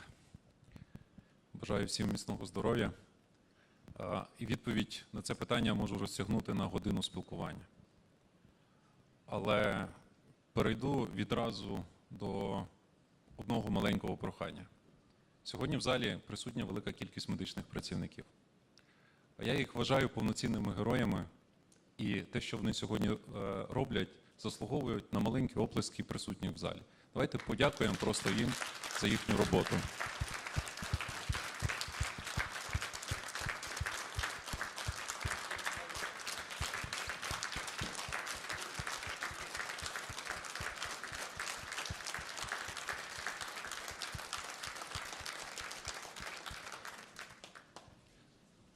Ви сьогодні бачили декілька історій, але таких історій тисячі, десятки тисячів. І коли наша панель називається «Відновлення України», для системи охорони здоров'я це слово має декілька сенсів. Коли ми говоримо «відновлення», в більшості всі думаємо про інфраструктурні речі.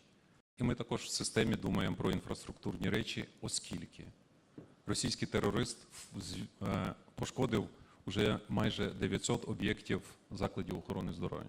127 лікарень зруйновано вщент, вони відновленню не підлягають. 90 автомобілів швидкої медичної допомоги просто розстріляно і виведено з ладу, вони ніколи вже не вийдуть на чергування. 250 автомобілів було захоплено і не повернуто сьогодні. 450 аптечних закладів пошкоджено і не працюють. 41 зруйнованих вщент. І я можу поставити 3 крапки, але скажу інші ключові речі. Відновлення – це набагато більший сенс. І коли ми говоримо про систему охорони здоров'я, ми говоримо про те, що ми робимо сьогодні, відповідаючи на ваші запитання. В першу чергу ми рятуємо. У другу чергу ми профілактуємо. І в третю ми говоримо про відновлення. Відновлення людини. Адже тільки тоді, коли ми відновимо людину, відновимо українця, ми повернемось до того, щоб перспективно будувати майбутнє України, в тому числі і інфраструктурне. І я хотів би подякувати сьогодні всім, хто допомагає медичній системі рятувати українців і думати про відновлення. Відновлення як інфраструктурне, так і ментальне, і фізичне. І дуже символічно, що сьогодні на другому саміті перших леді і джентльменів ми говоримо про медицину. Ми збираємо кошти сьогодні на реанімобілі, на ті автомобілі, які першими приїжджають на місце події і першими транспортують і рятують життя. І рятують досить велику кількість життів. То давайте всі, хто може, допоможе в Україні рятувати ще більшу кількість життів. Для цього треба небагато, треба трішки допомогти. Дякую, пані Олено, за цю ініціативу.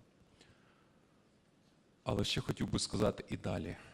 На жаль, катастрофи глобальні, які переслідують людство, мають суттєвий вплив на ментальне здоров'я. Але жодна катастрофа техногенного характеру, жодна пандемія не має такого впливу на стан здоров'я, як війна. Ми весь час говорили про те, що ми хочемо збільшити кількість тривалих років життя в Україні серед українців. Ми хотіли, щоб українці досягли цього європейського тривалості рівня кількості років життя. Але уже цих 5 місяців війни призвели до того, що ми, українці, постарішали на 10 років. Як мінімум на 10 років. Тобто хвороби, які зустрічалися в нас в 60 років, будуть зараз серед людей 45-50 років. І це те, що заставляє нас думати про відновлення уже сьогодні і говорити про те, що ми сьогодні повинні бути готові до тих викликів, які нас чекають. І ці виклики, вони суттєві. Тому, розглядаючи питання відновлення, ми ділимо наше на 2 складових – інфраструктурне і відновлення людини. І це інфраструктурне, воно базується навколо людини, навколо доступу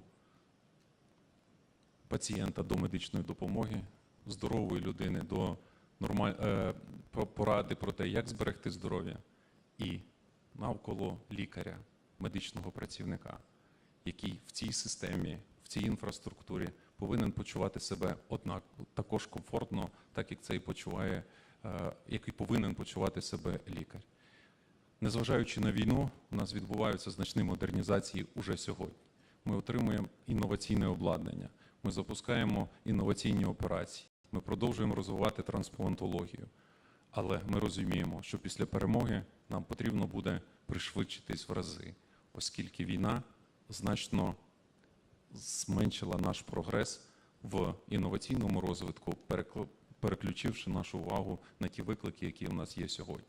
Тому, ще раз користуючись нагодою, подякую всім медичним працівникам, а також всім, хто сьогодні на нашому форумі говорить актуальні речі, підтримує Україну, вірить в нашу перемогу, наближає нашу перемогу.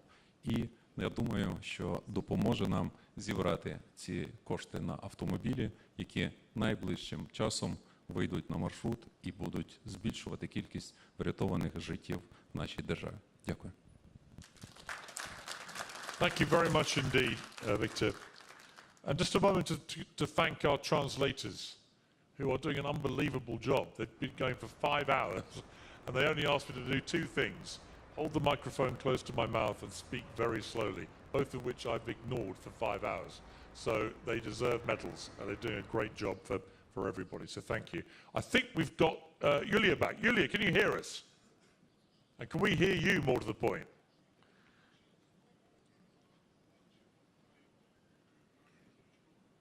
Yulia, can you hear us? Вітаю всіх. I think we can hear you. Great. Yulia Payevska, we know your story. It's a harrowing story, but it ends happily. You're here. You're joining the summit from London. Tell us about what happened to you, and tell us about what lessons can be learned from this experience.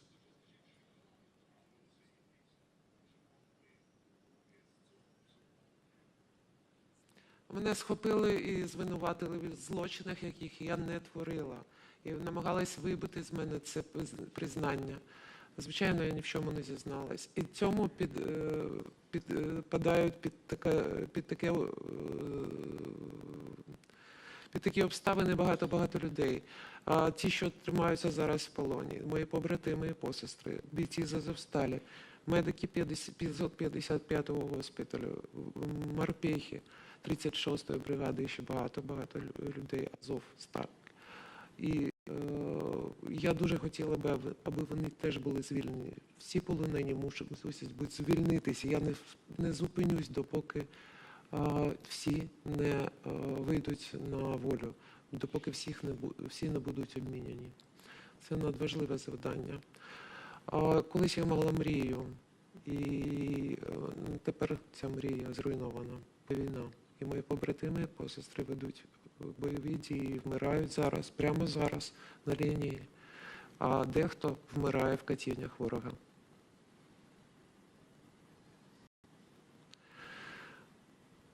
Уявіть собі просто ступінь травматизації після полону.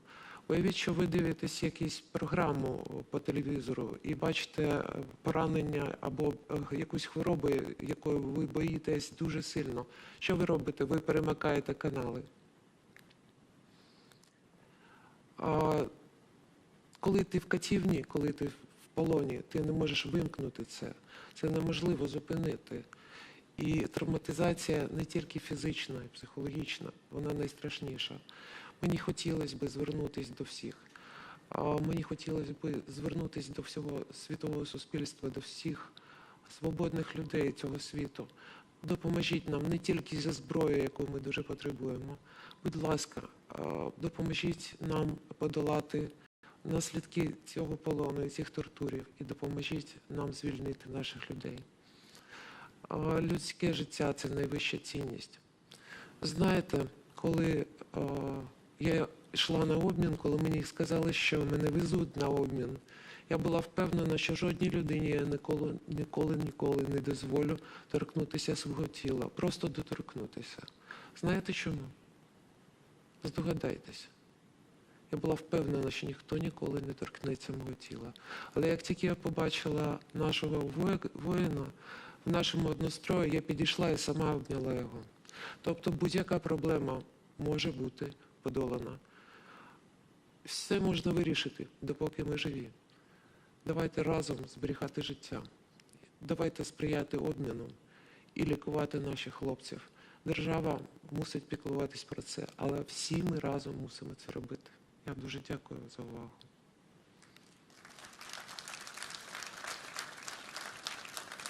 Yulia, thank you so much for such a powerful and eloquent address. We really appreciate it. I think another round of applause, actually, should be in order for what she's been through, for what she said. So thank you. Greatly appreciate it. I think we're now joined by probably the busiest man in the world in the last 2 or 3 years, the Director General of the World Health Organization, Tedros Ghebreyesus. Can you hear me, Director General?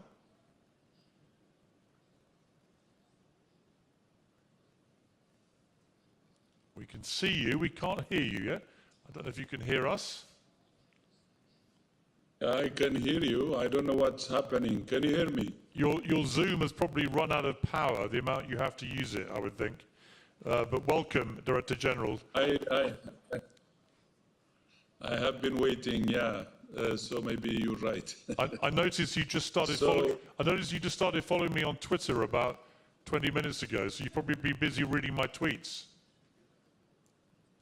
Yes, I was trying. Yeah, by the way, we have something in common, so I will share with you when we meet. I don't want to waste the audience's time now, but I'm honored to follow you. Oh, well, it's an honor to be followed by you, sir. And thank you for joining the summit. On a more serious note, you've had to deal with a once-in-a-lifetime pandemic, and now for many people, a once-in-a-lifetime war in Europe, both causing untold misery and, of course, endless residual health issues. How can Ukraine's medical experience, do you think, be useful to the world? Yeah, thank you, Piers. First of all, I would like to also recognize the presence of Clint Malarchuk. Thank you so much for your advocacy, sir, on mental health. And I would like to thank First Lady Olena Zelenska for bringing us all together. When we met virtually last year, this is not the first time I joined, and we discussed the impacts of mental health of the COVID-19 pandemic, its impact on mental health. I said that Ukraine was one of 12 countries WHO supporting as part of our special initiative on mental health. None of us knew then that within a few months, the Russian Federation would invade Ukraine. Not only has the war disrupted services for mental health, it's also a cause of anxiety, depression, and other mental health problems with consequences that will reverberate for many years to come, especially for children. I know, because I'm a child of war myself, the sounds, sights, and the smells of war that I experienced as a child have stayed with me throughout my life. When I visited Kiev and other places in Ukraine and Poland in May, those memories and emotions came flooding back, especially when I spoke to Ukrainian children and mothers. It was a very painful experience for me. I could feel exactly what they were feeling. Although they're personally painful, they also helped me to understand what's happening to the people of Ukraine. Because it happened to me as a child, and it's happening again to my people in Tigray, Ethiopia as we speak. From the beginning of the conflict, the government of Ukraine has rightly acknowledged the importance of supporting the mental and psychosocial needs of its population. I thank the First Lady again of Ukraine for her leadership on this issue, and I reaffirm WHO's ongoing commitment to working with her office, the Ministry of Health, my good friend Victor Liachko, and the newly established Intersectoral Coordination Council for Mental Health and Psychological Assistance. To aid their efforts, WHO has disseminated a range of mental health resources and has deployed mental health experts to Ukraine and neighboring countries to provide technical support to local authorities and humanitarian responders. Even before the war, Ukraine was scaling up its community-based mental health services and was among the first countries to adopt WHO's special initiative for mental health. Working with partners, WHO will continue to do whatever we can to reduce suffering and improve the mental health and psychosocial well-being of every person in Ukraine, both during the war and after. Rebuilding more sustainable mental health systems should be a national priority in the aftermath of any humanitarian emergency. There is no health without mental health. I don't want to take your time in telling what we have supported so far, but we're supporting based on the request from mental health, from the Ministry of Health, and I assure you that we will continue to support you in any way possible using all the three offices, our headquarters, the regional office, my good friend and brother Hans is here, and our country office in Rhine. So Jakuye, and you have our full support, and look forward, First Lady, to work with you. And Piers Morgan, I would like to have the opportunity maybe to speak with you to tell you about the common ground I told you earlier. Jakuye, thank you. Much, Director General. You've really got me. You've got me going. I wonder whether you're a fellow Arsenal fan, like the First Lady has revealed herself to be. Maybe the whole room is full of secret Arsenal fans. Now we have Ukrainian stars. But thank you very much indeed for joining us. We appreciate it. We're now going to go to Stella Kyriakides, who is the European Commissioner for Health and Food Safety, who I believe can join us now.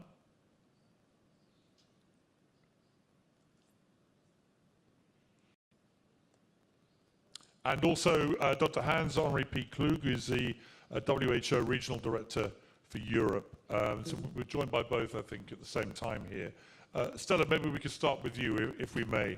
I think you want to talk in particular about the access of displaced people from Ukraine to medical services in European countries. Thank you. First of all, good evening to everyone, and to dear friend Hans, who I see on the screen, to the First Lady, Olena Zelenska, the First Ladies and gentlemen. I'd like to greet everyone who is taking part in this very important display of solidarity with Ukraine. Today is indeed a very important day. I was privileged to visit Lviv last week and meet with my friend, the Minister of Health, Victor Lyashko, the mayor, and healthcare workers who are doing incredible work in the face of tremendous suffering. Over 5 months now, the Ukrainian healthcare system, the doctors, the nurses, the civilians, and patients have been under unimaginable pressure following Russia's brutal and illegal aggression. So my message to you today is the same as it was to the people of Lviv. The European Union will continue to support Ukraine in every way possible and for as long as it takes. On July 15, Minister Lyashko and I signed a historic agreement associating Ukraine to the EU for Health program to ensure that Ukraine can quickly benefit from EU health-related funding and respond to immediate needs and long-term recovery. We have also set up a mechanism to transfer Ukrainian patients in need of continued treatment or urgent medical assistance to EU and EEA countries. So far, we have transferred over 900 Ukrainian patients, including children, to the EU member states, Moldova, and EU neighboring member states through the European Civil Protection Mechanism. However, we must ensure that this journey is in both directions, and together with other international partners, we are committed to assisting the return and repatriation of patients to Ukraine after they have completed their treatment in the EU. This is European solidarity in action. Solidarity that we will maintain for as long as it takes, and even scale it up if necessary. The impacts of war on physical health are obvious, but the damage to mental health, although often hidden, can be as bad or even worse, and too often it goes undiagnosed and untreated. So I warmly welcome the creation of Ukraine's National Mental Health and Psychosupport Program. Initiated by the First Lady, Olena Zelenska, this program aims to deliver full and effective psychological assistance to Ukrainians in need. I'm very conscious of the dangers of mental health trauma and how critically important it is to address this holistically and without delay. We're therefore financing mental health actions for refugees from Ukraine through the Red Cross societies and NGOs with several million €. First Lady Olena Zelenska today calls for urgent donation of ambulances. And I heard Minister Lyashko call the same. A sight so common for us in many of our cities that we don't even notice them. We take them, I would say, even for granted. Yet ambulances are the difference, what makes the difference between life and death for citizens every day. So I would like to join my voice with your voices to call on governments, on companies, on civil society to respond to this call and help save lives in Ukraine. From our side, we can coordinate donations via the Union Civil Protection Mechanism. Ladies and gentlemen, this has been indeed a very strong and impactful, but also long afternoon of interventions. But I want to leave you with two powerful, lasting impressions of my visit to Lviv.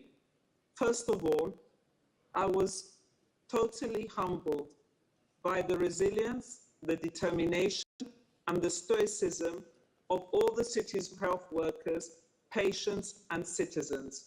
And you rightfully gave them a standing ovation. And secondly, the clarity of mind that I left with about the need to support Ukraine, both in words and most importantly in deeds, for as long as is needed. And I count on all of us to stand together when it comes to supporting Ukraine and rebuilding its future. And before leaving you, I repeat the wish I made when leaving Lviv, that my next visit to Ukraine will take place in peaceful conditions for the country and for its people. Thank you very much, and I hope that we meet again in different circumstances. Thank you. Thank you very much indeed. And now we go to Dr. Hans Kluger, who I think can hear us now. We had a few technical issues a minute ago, but I think we may have you back.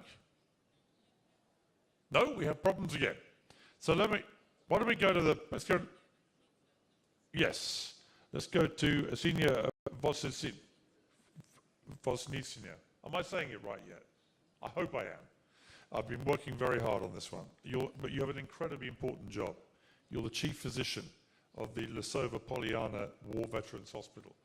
I can't even imagine what your life is like at the moment. So first of all, thank you for everything that you're doing for the veterans and for the people that you see, but you must be seeing horrific things every day.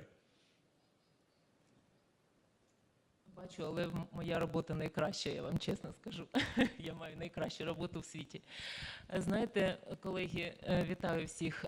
Є серед фахівців така думка про те, що якщо уявити здоров'я людини як яблуко, то психічне здоров'я не буде однією зі скибок, воно буде його осердям. Так от, знаєте, я подумала, що ветерани, військовослужбовці, ті люди, які боронять нас, є своєрідним осердям нашого суспільства на сьогодні. Вони це роблять завдяки своєму здоров'ю, часто благополуччю, добробуту і навіть ціною свого життя. Там має бути презентація взагалі-то з фотографіями. Не виходить? Якщо ні, будемо... Ага, є. Так от, хто такі, там можна включити одразу, де фотографії будуть. Хто такі ці люди? Я їх називаю люди-велетні. Вони боронять нашу землю, вони тримають наше небо, щоб воно просто не впало. Щоб воно не впало, і беруть часто на себе такі удари, про існування яких більшість українців навіть не дізнаються. А якщо навіть дізнаються, то можуть часто не витримати просто розповіді про це. Чи часто ми задумуємося про те, що роблять для нас ці люди-велетні? З бородами або худенькі дівчини з косами в камуфляжі зі зброєю в руках. Ми турбуємось, тривожимось, часто кудись біжимо, кохаємось, а вночі засинаємо. А велетні бережуть наш сон. Яка в того ціна? Та багато може бути таких розцінків. Наприклад, навіть у вісні до них приходить клятий ворог, і вони мусять боронити нас від нього. знищуючи його знову і знову. Мої велетні, люди надзвичайної сили волі, з постарілим обличчям, сивими бородами, але з надзвичайно прекрасними душами. І знаєте, я не ідеалізую, я просто їх бачу саме такими кожного дня. І тому саме для них ми і творимо наш центр. Ось він так виглядає. Ми іноді його називаємо нашим Хогвартсом, бо там часто відбуваються всілякі дива. Смішно, да? Я рада. Дійсно, це чудеса, відновлення. І саме в цьому нашому закладі ми збираємо все найкращі практики, які тільки допомагають нам боротися з цими невидимими пораненнями. А ми боремося як з травмою психологічною, психічною травмою, так і з другим нашим ворогом, який є на сьогодні. Це наслідки дії вибухової хвилі на мозок, так звана контузія, трошки застарілий термін. І це є автографом війни. Це такий усталений вислів про автограф війни. І все те найкраще, фотографії, напевно, сьогодні не буде такі, і були різні фотографії, дуже цікаві, і про заклад, і про нашу роботу унікальну. Ми застосовуємо доказові практики, які збираємо по всьому світу, але, звісно, ми їх всі нанизуємо на наш досвід восьмирічний, на досвід українців, на нашу специфіку, на наші особливості. І, власне, я думаю, що у нас дуже багато ще ідей і планів, і ми дуже вдячні пані Олені Зеленській. Можу зараз вам це очно сказати. Дякую за вашу ініціативу програми по відновленню психічного здоров'я. Раді бути залученими до цієї програми в якості експертів. Бо дійсно, як то кажуть, в чому ваша суперсила? Наша суперсила в тому, що ми кожного дня працюємо з цими людьми зранку до вечора, і навіть вихідні, і буває і вночі. І ми абсолютно чітко віримо. А ви б не могли дати хоча б останній слайд? Там просто наш логотип, який говорить про багато чого, і він говорить про філософію нашого закладу, про віру в посттравматичне зростання. Так, да, це шолом, який людина знімає після того, як вона вертається з війни. І при правильній реабілітації, при правильному опрацюванні того травматичного досвіду це може слугувати як човником з новим парусом, який дає змогу досягти найбільших успіхів навіть до тої події, коли людина приймала участь у війні. І я вірю в посттравматичне зростання кожного нашого пацієнта і в посттравматичне зростання нашого населення і держави в цілому. То наші плани потребують підтримки і міжнародної, і внутрішньої. Тому буду дуже рада реалізовувати і подалі, і творити наш Хогвартс. Дякую всім. Thank you very much indeed. We now have a recorded message from Mikhail Herzog, who's the First Lady of the State of Israel.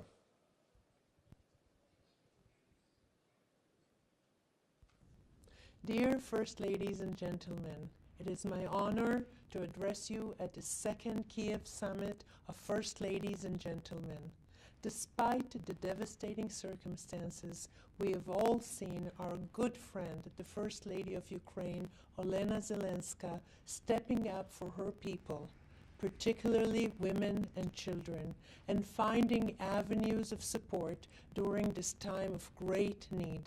She took upon herself to orchestrate the assistance and specialized care for everyone traumatized by the war, struggling with emotional well-being or mental recovery, suffering from post-traumatic stress disorder, or trying to overcome deep grief. We in Israel are unfortunately deeply familiar with trauma, both direct and indirect. Therefore, in my country, we have developed mechanisms through which to live and survive despite constant threat. A few months ago, we began sharing the knowledge and expertise acquired in Israel in the fields of psychological distress with Ukraine's emergency services. We utilized our expert organizations focused on advancing resilience through treatment, prevention, public awareness, and research. We developed programs aimed at training the trainers and helping the helpers in order to provide Ukrainian first responders and mental health professionals with the tools for safely aiding the painful process of healing. In fact, just today, as we speak, a Ukrainian delegation initiated by my team is in Israel for this very purpose, to learn more about providing emotional first aid and performing urgent interventions in times of overwhelming pain. From day one of this war, thousands of Israeli and Jewish volunteers have been in the field, supporting refugees, creating safe spaces for women and children, providing medical, humanitarian relief, and trauma counseling. We will continue supporting humanitarian causes aiding the Ukrainian people. 1 year ago, my husband and I had just entered the presidency, and I discussed with this dignified forum my intention to address the topic of mental health and emotional trauma. I feel gratified that over this past year, I was successful in proactively engaging in this critical field. I truly believe in this forum's soft power, and I am pleased that my soft power enabled the enhancement of public awareness, lowered the barrier of shame, and promoted the normalization of mental well-being within our society. I truly wish and hope that next year, peaceful times will allow us to convene safely, in person, all of us. Thank you very much. Thank you very much indeed to the First Lady of the State of Israel. I want to come to our third panel member here now, Vadim Suridenko, who's the Commissioner for Assistance in the Rehabilitation of Ukrainian Wounded Soldiers and a winner of Invictus Games. A lot of combat veterans are going to need rehabilitation now and going forward, sadly. You've been through all this. What for you is the most effective way to help combat veterans get back and get rehabilitated? Я дякую вам всім, хто приєднався до цього саміту, ініційований першою леді. І я хочу сказати, ви знаєте, на самому початку саміту, коли я дивився фільм, де показали кадри з боїв, де знищували наші міста, в мені в собі всередині я відчув неймовірну злість. Злість як ветеран війни, як учасник війни, учасник бойових дій, тому що там дійсно гинуть люди, гинуть наші побратими, воїни, діти. І також наші хлопці, наші дівчата, які повертаються з нуля в свої сім'ї, вони довго ще живуть цією війною. Вони довго не можуть звикнути до цивільного життя. І тут багато приходять фахівців нам на допомогу, які дійсно психологів, психотерапевтів, хірургів, тому що дуже багато повертаються з ампутаціями, з враженням центральної нервової системи, з контузіями, з ПТСР, дуже багато наслідків війни. І якраз тоді і нам і допомагають ці фахівці. Дуже багато допомагають і протезисти, реабілітологи, неймовірна команда. Зараз це носить таку гарну назву мультидисциплінарна команда. І на сьогоднішній день ворог, який вдерся в нашу країну і знищує, пробує знищувати її. Ми вже не один рік відстоюємо нашу землю, відстоюємо наші кордони і далі будемо це робити. Ми всі бачимо, що ця група фахівців, лікарів роблять неймовірні чудеса. Тому що боєць, він дійсно вражений. І от кожен, виконуючи свою роботу, він несе відповідальність за цю людину. Над одним бійцем, я, мабуть, не знаю, працюють десятки, 10-20 людей, які пробують повернути цю людину. Протезисти вивчають нові системи протезування в Україні, реабілітологи навчаються. У нас зараз йдуть такі системи, які, мабуть, в багатьох країнах і не існує. І це завдяки тому, що держава піклується за нашими бійцями. Але все-таки ворог знищує нашу інфраструктуру, знищує наші медичні заклади, знищує наші центри. І я хочу подякувати всім, хто протягнув оцю руку допомоги. Тому що наші бійці зараз лікуються за кордоном, відновлюються, повертаються до своїх сімей. І це абсолютно інші люди. Але ці програми нам потрібно з вами удосконалювати разом. Тому у нас дуже величезна практика втрати людей, дуже багато самогубств. І якраз вивчаючи цей досвід, ми маємо створити нові закони, нові системи відновлення наших бійців, наших воїнів. І я скажу, що кожна війна, вона закінчується дипломатичним шляхом. Але ми разом з вами маємо пройти оцей шлях військовий, шлях відновлення України, наших закладів, наших центрів. І я вірю в те, що мир настане. Я вірю в те, що Україна відновиться. Я вірю в те, що ми подолаємо разом всі з вами труднощі. Так що разом до перемоги. І дякую вам. Thank you very much indeed. Thank you. I think the First Lady wanted to achieve many things today, and one of them would be to give some hope amid all this despair and misery. We just heard some stories of hope as well. This is an extraordinary story of a Ukrainian family who survived the hell of Kramatorsk at an incredibly high cost.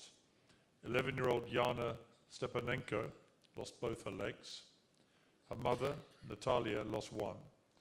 Only her brother remained unharmed. Well, thanks to the efforts of a team from the Ukrainian Embassy in the United States and Ukraine House, and with logistical support from the Ukrainian Embassy in Poland, the entire Stepanenko family was able to get to the United States.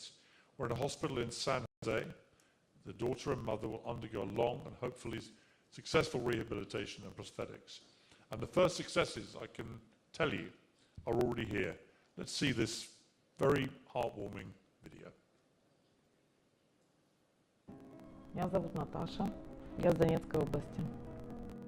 Мы вообще-то 7 числа только решили выехать с нашего поселка. Ну и так быстро собрались с бабушкой моего зятя. Мы у них переночевали, утром нас муж ее вывез в Краматорск 8 числа. Так мы попали туда. Ну, я, в принципе, я сначала не поняла, что со мной вообще. У меня резко потемнело в глазах и заложило уши. Но от чего это, я так и не смогла в итоге, ну, как бы сразу понять. Я уже открыла глаза, начала искать яму. Так, все присели, и шум был. И все. Все, что мы присели, это последнее, что я помню. У меня был шок, когда я увидела ее ноги. Тут, я не знаю, мне хотелось вообще не вставать с того перрона. За ребенка просто страшно было там.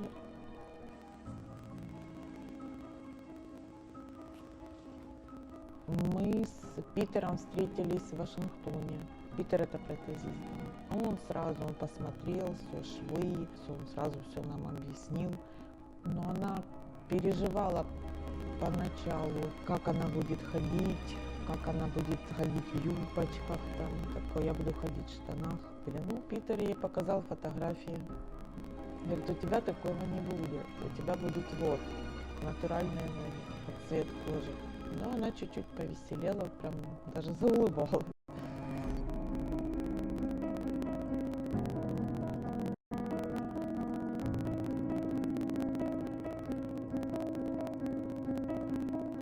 Natalia and her family are beautiful, and I really, really adore her as a person because of what she is as a mother. Amazing.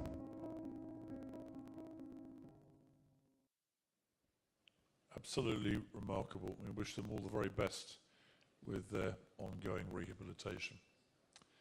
Well, thank you. That's the end of that session. You'll be pleased to know there's no more of me moderating these sessions. Well, don't look so happy about it. And there's one more session, a much shorter session to finish things off with Hannah Homina, who'll be coming back in a moment. So thank you very much. Just want to remind everybody who's watching, perhaps online, that you can still donate for these much-needed C-Class ambulances. Please do that, and thank you to all my guests, particularly the three on the panel. Some amazing accounts there of the remarkable work you all do, the real sharp end of this war. So thank you, and to everybody else who joined us online. Thank you very much indeed. Hannah will now take over for the final session. Thank you.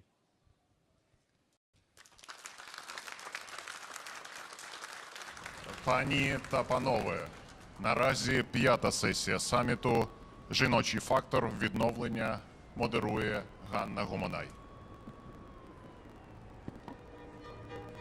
Вони дають життя, оберігають його, рятують. Жінка-мати, що закриває своїх дітей від обстрілів. Жінка-лікар, що витягає з того світу. Жінка-воїн, що захищає та дає надію на перемогу. Армія для мене – це моя мрія ще з дитинства. Хотіла потрапити на службу, довго до цього йшла. Та коли ти вдягаєш форму, ти зразу йдеш рівніше, ти зразу стаєш для себе так більш морально сильніше.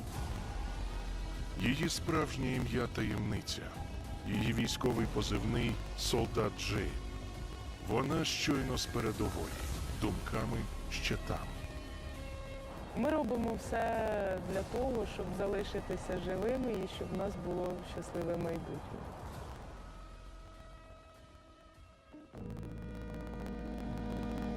Олена Юзвак, медик, що разом з чоловіком відкрила в окупованому Гостомелі амбулаторію. Коли стало зовсім небезпечно, перенесли її до власного помешкання. Надавали першу медичну допомогу. На єдиній швидкій розвозили містом воду та ліки. Чоловік стояв на вулиці, російський солдат вистрелив йому в коліно і в стегно з пістолетом. Я була в будинку на кухні, вибіг син, вони пістолет положили чоловіку в рот і біля візка. Син каже, не вбивайте мого батька. Я вийшла на вулицю, закрила сина з собою.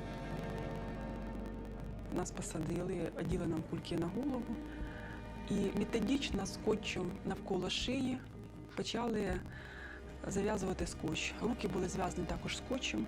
Я просто розуміла, що мене можуть або вбити, або застрелити, або головне, щоб не катували. Тільки прості відповіді на питання могли б врятувати мені життя. Кажу, я лікар, я займаюся тільки медициною.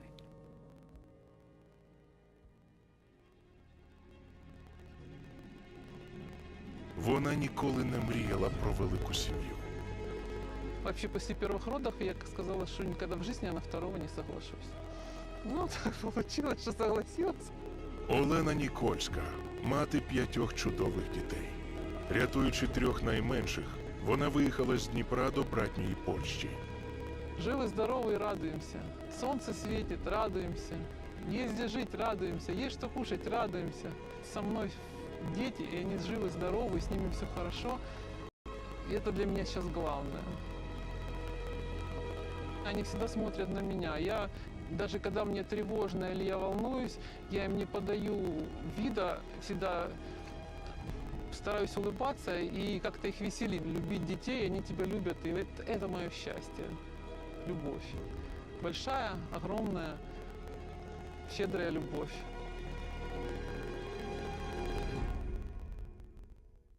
Наші жінки – це любов. Коли пекло впало на українську землю, вони взяли на плечі українське небо. Вони воюють, лікують, годують, возять гуманітарну допомогу, а ще люблять, моляться і вірять у нашу перемогу. Як війна змінила життя українських жінок та дівчаток? Хто вони, наші героїні Українського фронту і тилу? Як підтримати українську жінку? Про все це ми будемо говорити на нашій наступній сесії. І я рада представити Юлію Свириденко, перший віце-прем'єр-міністр України, міністр економіки. Пані Юлія, скажіть, будь ласка, нам треба не тільки перемогти, але і відбудувати економіку. Яка сьогодні роль жінок в українській економіці? Добрий вечір всім. По-перше, я б хотіла подякувати всім присутнім за ваше об'єднання в прагненні допомогти Україні. Це для нас неоцінено сьогодні. Напевно, я як міністр економіки мала б розпочати з цифр, а я розпочу з історії. Пані Галина, киянка, все життя мріяла про власну справу. Понад рік працювала над тим, щоб відкрити хімчистку в торговельному центрі в місті Києві. Вклала туди сили, енергію, фінансові ресурси.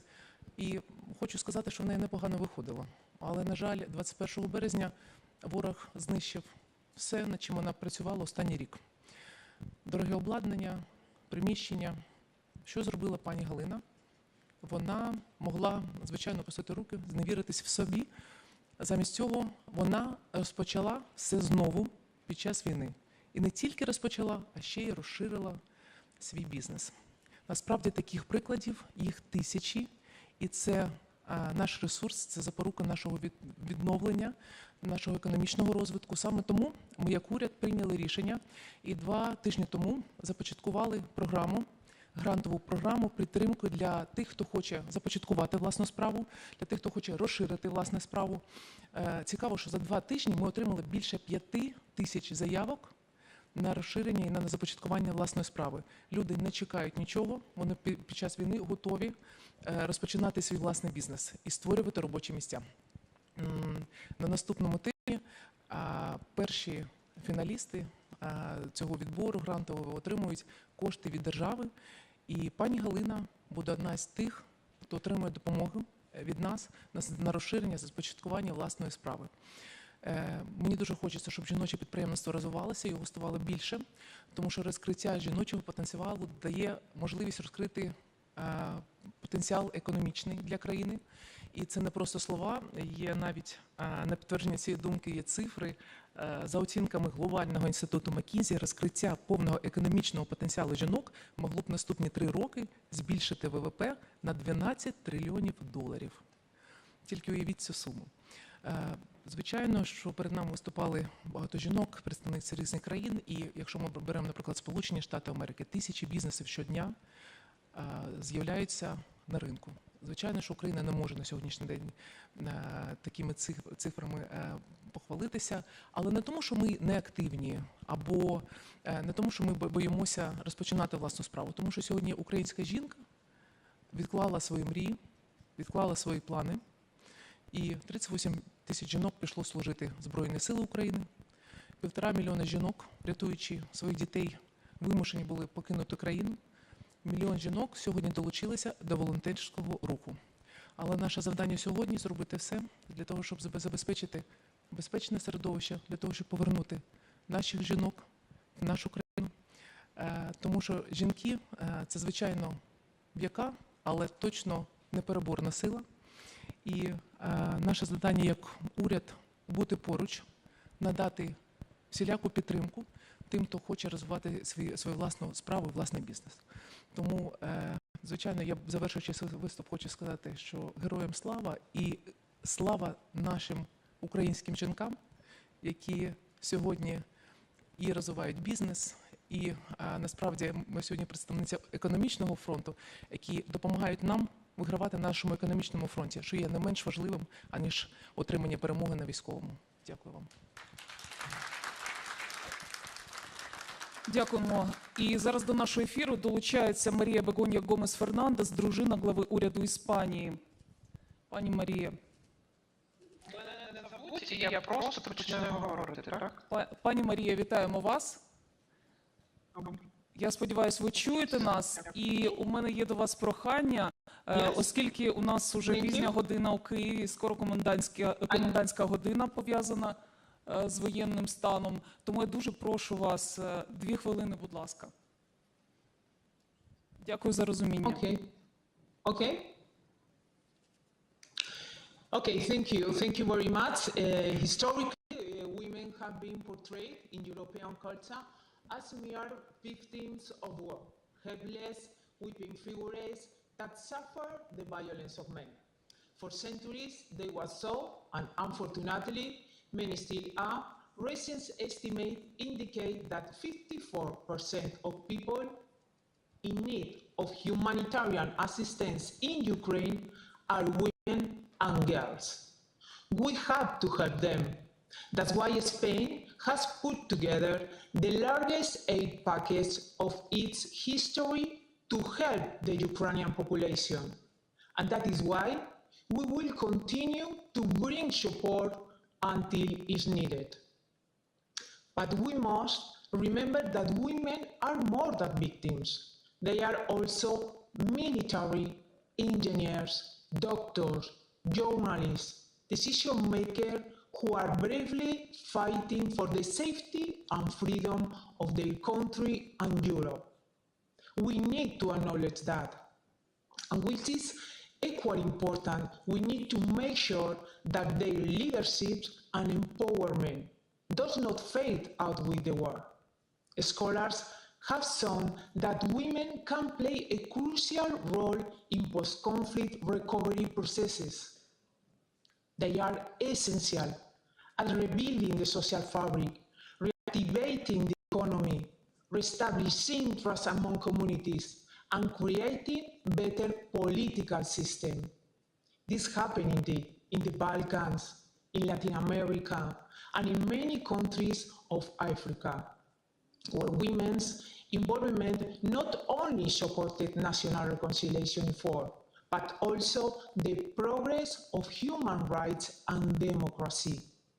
In fact, research suggests that gender equality and empowerment is associated with lower risks of violence, lower levels of political imprisonment, torture and killings, less corruption, and the promotion of democratic rule. The United Nations Security Council recognized in its resolution 1325 that women involvement is essential for achieving sustainable peace, and comments women's participation in peace-building processes. Nevertheless, as UN Assistant Secretary General for Peacebuilding Judith Hawkins has claimed, it still happens that women are pushed to the background in peace-building and recovery programs when they reach certain levels. This has to change. This has to change for good. We must ensure that women in Ukraine are given the responsibility and power to help rebuild their nation along with their fellow countrymen, that they become leaders in the time of peace, as they are leaders now, at a time of war. So the new Ukraine that will rise from this terrible conflict will be a better, more equalitarian and stronger Ukraine. Thank you very much. Ми теж дуже дякуємо вам, вашій країні, Іспанії, за підтримку і допомогу. Ну і зараз повертаємося до нашої розмови. Ганна Маляр, заступниця міністра оборони України. Пані Ганно, розкажіть, як українські жінки сьогодні воюють? Доброго вечора всім. Щиро дякую організаторам за цей надзвичайно важливий захід. Я скажу, що ми вже в кулуарах між собою ділилися думками і з'ясували, що для багатьох, хто працює в уряді, це з 24 лютого перший захід, куди можна вийти і поспілкуватися, почути інших людей, відчути нашу єдність, тому що для нас всіх триває 24 лютого. Ми цілодобово, без вихідних, кожен на своєму місці. А сьогодні 150-й день широкомасштабної або повномасштабної війни, і героїчна відсіч, яку чинить Україна, була би неможливою без внеску наших захисниць, наших жінок. А дійсно, сьогодні в Збройних силах служить більше 38 тисяч жінок. І щоб вам була зрозуміла динаміка, у нас два було сплески збільшення кількості жінок у Збройних силах. Перший раз це 2014 рік, і другий сплеск – це 2022. Це такий характер української жінки. Українська жінка сама заходить у Збройні сили і бере там і займає своє почесне місце. А ще в жовтні ми робили заяву про те, що в Збройних силах 31 тисяча жінок. В жовтні 2021 року. Сьогодні це на 7 тисяч більше, навіть там на 7 тисяч і декілька сотень. Це ті жінки, які прийшли до нас служити ось уже зараз, коли почалися бойові дії, повномасштабна війна. Так, ми стикалися з певними проблемами, які ми подолали. У нас були певні обмеження на професії, у нас не всі військові професії, не всіма професіями могли займатися жінки. І я вам скажу, що остання дискусія, яка тривала з цього приводу, коли вже жінкам дозволили все. Вони у нас танкісти, артилеристи, все, що хочуть, все абсолютно. Навіть глибоководний військовий дайвінг, у нас унікальна інструкторка в Україні – це жінка. А разом з тим у нас була дискусія щодо військових професій, які шкідливі для здоров'я напряму, коли абсолютно встановлений причиновий зв'язок. І наші жінки відстояли своє право на вибір навіть таких професій. Сьогодні вони в армії можуть займатися навіть тими професіями, які дійсно шкодять здоров'ю. Тобто жінка повнолітня має право сама для себе вирішувати, чим їй займатися. А на сьогодні ще одна проблема – це побут, дійсно, побут в армії, не пристосований до жінок. І в перші тижні війни мені доводилось виходити в ефіри з того місця, яке не можна публічно називати, але і там я відчула теж всі моменти побуту, які підлаштовані під чоловіків. На сьогодні у Збройних силах взятий прямий курс, невпинний, дуже швидкий на те, щоб організувати все якомога комфортніше саме для жінок, які обирають цю професію. І варто сказати, що за цифрами Україна має один з найбільших показників кількості жінок у Збройних силах серед країн-членів НАТО. Крім 38 тисяч жінок, які військовослужбовці, у нас ще є і жінки цивільні, які працюють у Збройних силах. Тому загалом у нас більше 50 тисяч жінок у Збройних силах. І завершуючи, щоб не займати ваш час, там, де ось у нас відео, де ви можете бачити наших жінок-військовослужбовець. Сьогодні вважається нетолерантно робити акценти якісь там на фізичній вроді чи на внутрішній красі, і можуть звинуватити у сексизмі, але я візьму на себе сміливість таку і хочу сказати нашим жінкам-військовослужбовицям, які сьогодні на фронті, а на передовій у нас сьогодні більше 5 тисяч жінок, прямо зараз. Я хочу вам всім сказати, що ви найкрасивіші, ви найкращі у світі. Низький вам уклін, ми всі вами пишаємось. Це абсолютно правда. Дякуємо, пані Ганно, що поділилися цією інформацією. І ми справді пишаємося Збройними силами України і жіночою складовою наших Збройних сил, зокрема. І рухаємося далі. Якою може бути роль української жінки у відбудові України зараз і після перемоги? Про жіноче лідерство у бізнесі та в суспільстві я запитаю у Віри Платонової, віце-президентки компанії «Віза». І вона зараз з нами на прямому зв'язку. Пані Віро, вітаємо вас. Доброго вечора. Доброго вечора, вельмишановна перша леді і всі, хто присутні у залі. Я дуже вдячна, що нам дали слово. І сьогодні я дійсно маю сказати декілька слів від великого бізнесу. Я вже 20 років у платіжній системі і співпрацюю в фінансовому секторі. І я можу сказати, що дійсно я постійно знаходжусь у чоловічому оточенні. І якщо подивитись на світову статистику, то лише 8% топ-менеджерів у світі – це жінки. Але у України є така давня традиція. Жінки дійсно були одним із тих, хто будував нашу країну. І мені дуже радісно дивитись, що цей тренд, він охоплює весь світ. Я взагалі була першою українкою, яка очолила розвиток бізнесу «Віза» у 17 країнах, а раніше такі посади займали експати. Тобто я хочу сказати, що глобальні компанії дуже багато зараз роблять, щоб підтримати жінок. І сьогодні моя мета є закликати всі компанії, глобальні, регіональні, чи ті, які народились та розвиваються в Україні, дійсно звертати увагу на те, скільки жінок працює у вас, особливо на керівних посадах. Віза вже більше 30 років знаходиться і працює в Україні. Я впевнена, що у кожного з вас є картка Віза. І ми будемо надалі ще більше співпрацювати з державою. Зараз ми дуже раді, що нам надали можливість підтримати Україну без бар'єрів. І ми працюємо з Дією, з Міністерством цифровізації. І, звичайно, ми дуже щасливі, що ми допомагаємо відкрити центр в Бучі. Але що теж дуже важливо сказати.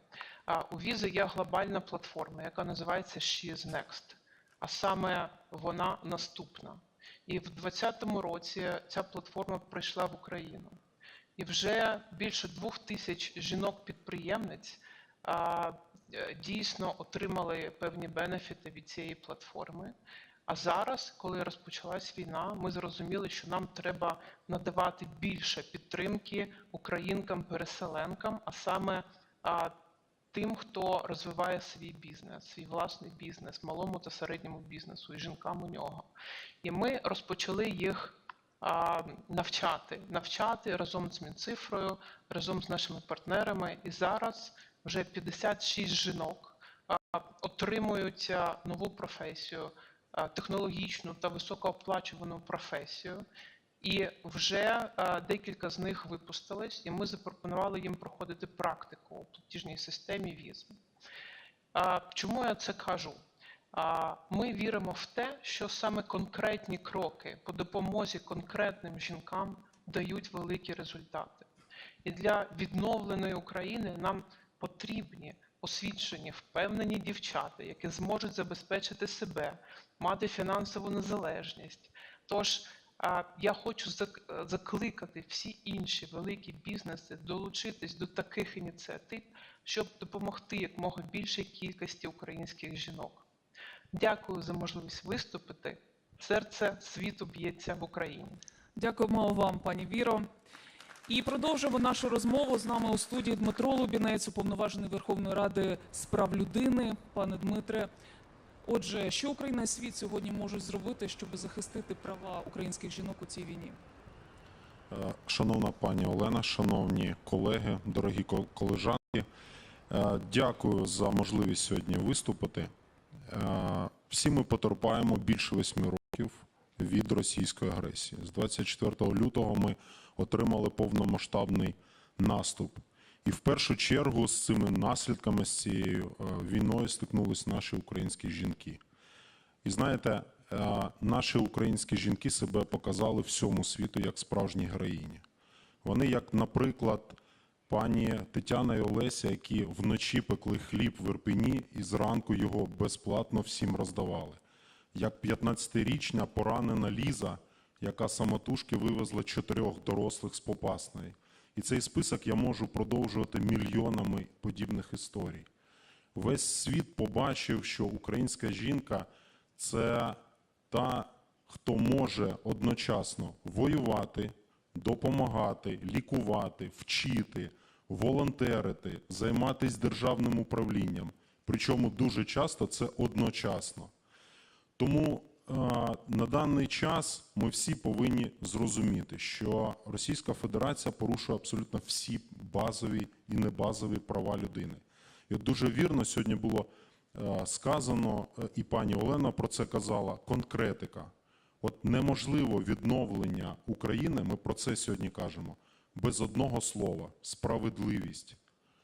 Давайте весь світ привчимо до того, що кожен агресор повинен отримувати відповідальність.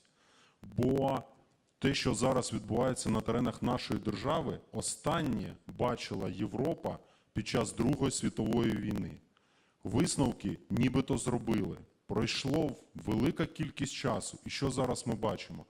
Права порушуються, відношення до наших жінок. Коли ми отримували військовослужбовців жінок, напередодні росіяни їх поголили. Останнє це робили нацисти під час Другої світової війни. Вони офіційно визнають, що тримають в своїх тюрмах цивільних жінок і їх не віддають. Хто так робить? Тільки держава-терорист. Тому ця справедливість і відновлення України можливо тільки тоді, коли весь світ нарешті зрозуміє, що зараз на теренах планети є одна держава-терорист. Автоматично відношення до цієї держави повинна бути заморожена, закрита абсолютно будь-яка співпраця. Автоматично тільки це дасть нам шанс на відновлення, дасть всій планеті шанс на те, що в майбутньому ніколи не повторилась подібна ситуація.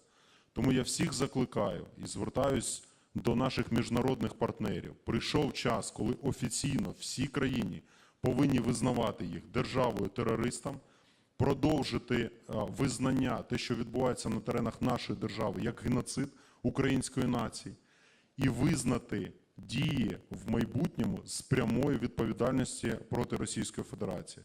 Так ми зможемо і зупинити війну, і наближити нашу перемогу і забезпечити світ від майбутньої агресії.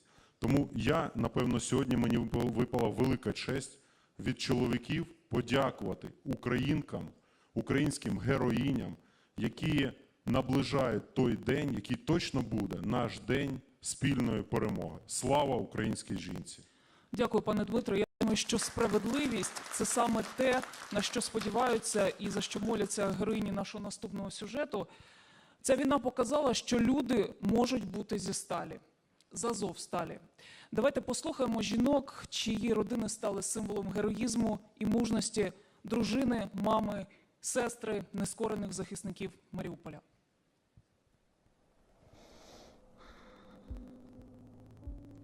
Мені капець, я так ніколи не плакала на інтерв'ю.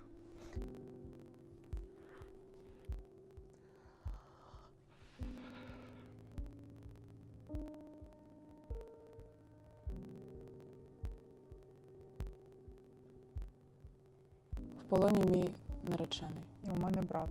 У мене син, який загинув. У мене чоловік. Мій син – моя гордість. У мене батько. У мене кохана людина. У мене син. Я знову хочу плакати. Я відчуваю порожнечу. Повну порожнечу без нього. Він виборював життя кожного українця. Мій брат обіцяв захищати наш народ, він виконує свої обіцянки. Я дуже сумую за своєю дитиною. Дуже. Просто хочу його обійняти і сказати, що я тебе дуже люблю. Хочеться вірити, що з ним все добре. Я не знаю, де він знаходиться, в якому стані і що з ним відбувається, мені невідомо. Останній раз ми з ним розмовляли 24 лютого. Невідомо, що далі, невідомо, що зараз. Ми віримо, просто віримо в те, що вони будуть з нами. Я його обійму. Я більше не відпущу. Кожен ранок ти прокидаєшся з питанням, за що взагалі все це нам. Ти сидиш безсильна і нічого не можеш вдіяти. Вони справжні герої, які просто собою захищали всю країну. Сталеві люди, яких я просто ніколи до цього не зустрічала. Я просто не знаю таких людей. Ми дуже хочемо, щоб всіх хлопців, насамперед живих, але й наших полеглих, щоб повернули додому. До останнього. Живих і померлих. Будь ласка, почуйте нас. Я знаю, що світ бачить, чує, але я прошу дій. Я просто благаю. Я хочу, щоб повернули просто наших дітей. Хай буде справедливість.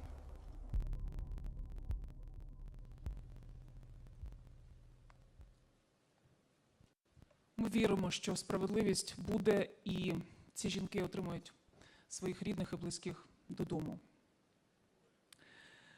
Ну, ми продовжимо і зараз хочемо показати вам ще одне унікальне відео. Будь ласка.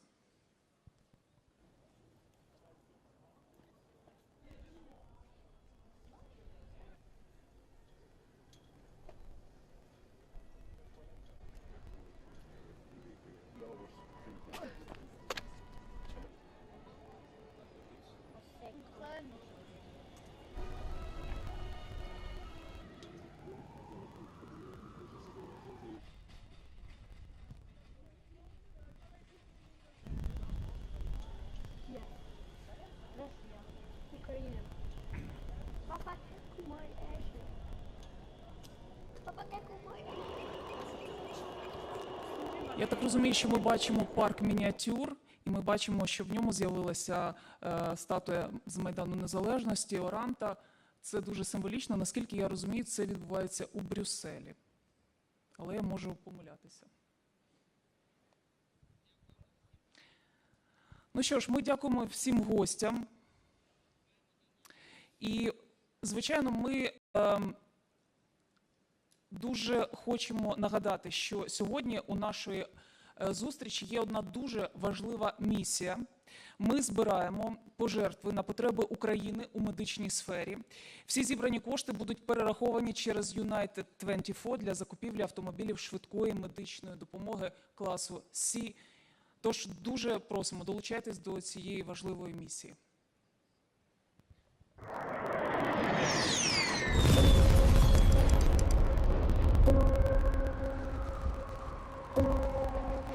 Давай її сюди. В 10 метрах від нас розірвалася мій. Пальця в мене немає, мені його відірвало. Мама у мене запитувала. Я відповів, що не гарантую, що довезу. Наші лікарі – це справжнісінькі чарівники. Вони роблять диво, навіть коли ніхто не вірить. Витягають, рятують, не сплять і не кидаються роботу, навіть коли бомблять. Вони рятують життя, коли нам здається, що все втрачено. Але виявляється, навіть їм треба допомога. Нашим чарівникам треба дивомобіль, і тільки з ними вони зможуть робити свої дива, швидко приїжджати, долати погані дороги і ями, які залишаються від великих бомб, щоб всередині дивомобіля була маленька міні-лікарня з усіма дивоштуками, які потрібні нашим чарівникам. Може, якби і в моїх чарівників був такий дивомобіль, вони б встигли зробити диво для мене.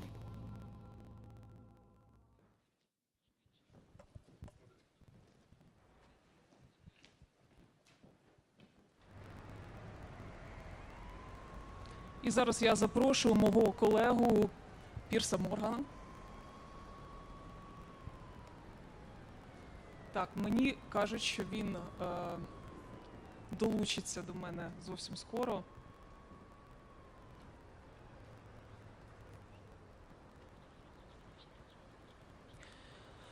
Я хочу нагадати ще раз знову і знову, що дуже важливо, щоб у нашої сьогоднішньої зустрічі був конкретний результат. І ми дуже хочемо, щоб в Україні з'явилися оновлені машини швидкої допомоги.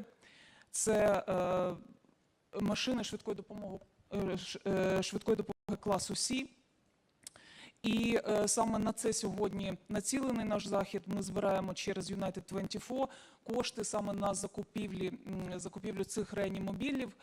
І ми дуже дякуємо, що сьогодні ви, наші глядачі, були з нами, так само, як і учасники цієї зустрічі, цього саміту, тому що насправді ми показали, що дискусія на тему жінок, на тему переселенців, на тему всіх викликів, перед якими Україна опинилася в результаті цієї війни, вона дуже актуальна. І люди з усього світу, перші особи всього світу долучилися до цієї дискусії, і всі вони готові підтримувати нас у нашій боротьбі.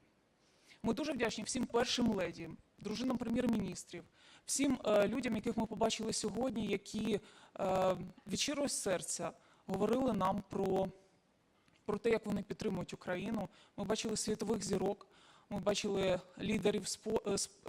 лідерів думок, спортсменів, ми бачили політиків. Всі вони в один голос підтримують Україну, підтримують нас. І ми дуже дякуємо їм за це.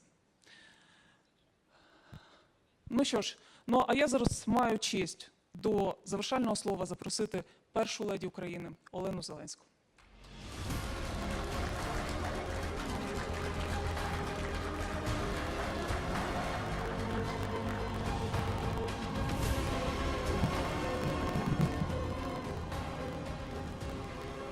Я буду дуже коротко. Дорогі друзі, розповідаючи про наш саміт, я завжди кажу, що перші леді та джентльмени – це, мабуть, єдина професійна ком'юніті, професійна спільнота, яка досі не мала свого клубу, так як інші професії. Але рік тому він з'явився. І не просто з'явився, а пройшов страшне випробування війною.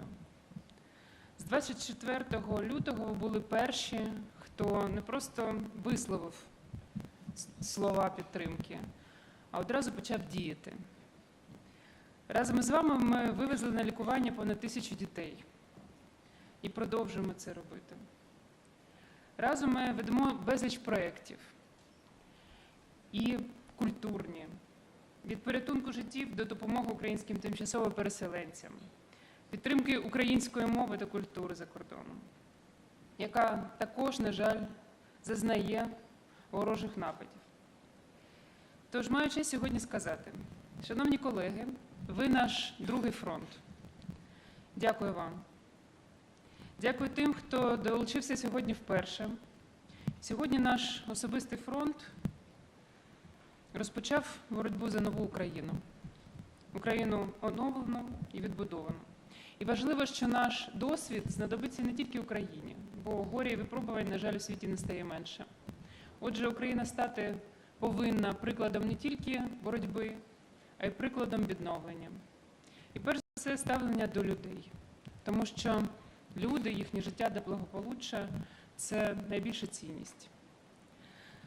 На нашому саміті ми сьогодні збирали кошти на реанімобілі для українських лікарів та пацієнтів. І з хвилюванням повідомляю, що нам вдалося. Ми зібрали 3 мільйони 200 тисяч доларів. І це 32 швидких, які вже скоро попрямують на виклик. І життя не буде втрачене там, де його можна врятувати. А вже ж нам потрібно більше. Тому потрібно ще збирати. І я маю сказати, що зараз кошти збирає вся Україна. Як, наприклад, хлопчик Андрій з Ужгорода. Він грає в шахи для того, щоб допомогти ЗСУ. В день йому вдається зібрати десь 15 євро. Уявіть, скільки партій йому ще потрібно зіграти. Але він зіграє, я в цьому впевнена. Тому прошу долучатися до цього збору, щоб у хлопчика Андрія з'явилася підтримка у його шахових партіях. Ми маємо продовжувати фандрайзинг.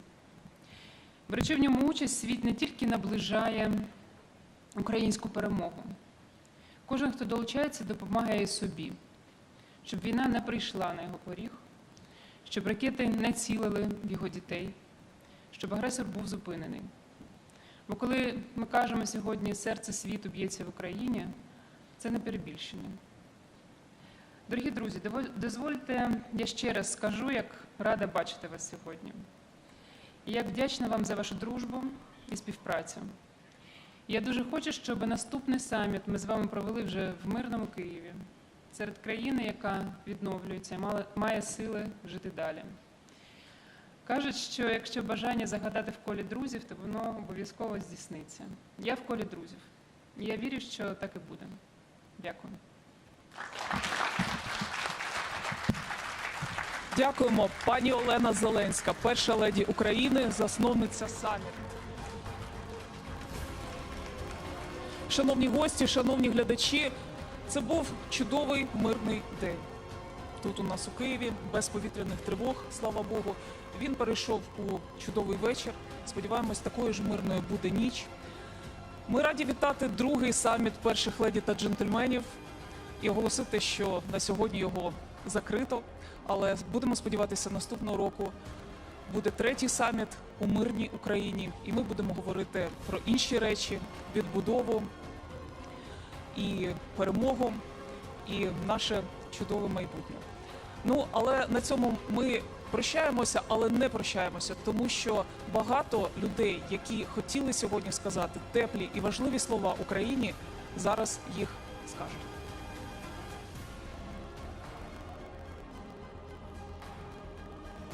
Hello, I'm Sarah, the Duchess of York, and I'm a huge supporter of the ongoing efforts to just once and for all stop the atrocities that are going on in the Ukraine. I want to say a huge thank you to Olena Zelenska for inviting me to say these few words.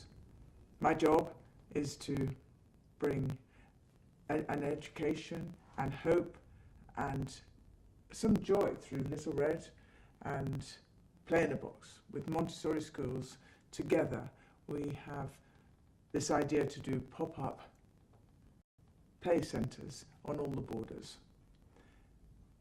I believe that if we can try and give children the right to an education, the right to hope, the right to dare to dream, that my little friends David and Sophie, aged 5 and 3, their mother Olga, hopefully it will make her day better. She sits in Warsaw, she's waiting for her husband to come back, alive. I asked her, what does she need? And she said, no more war. David and Sophie need hope.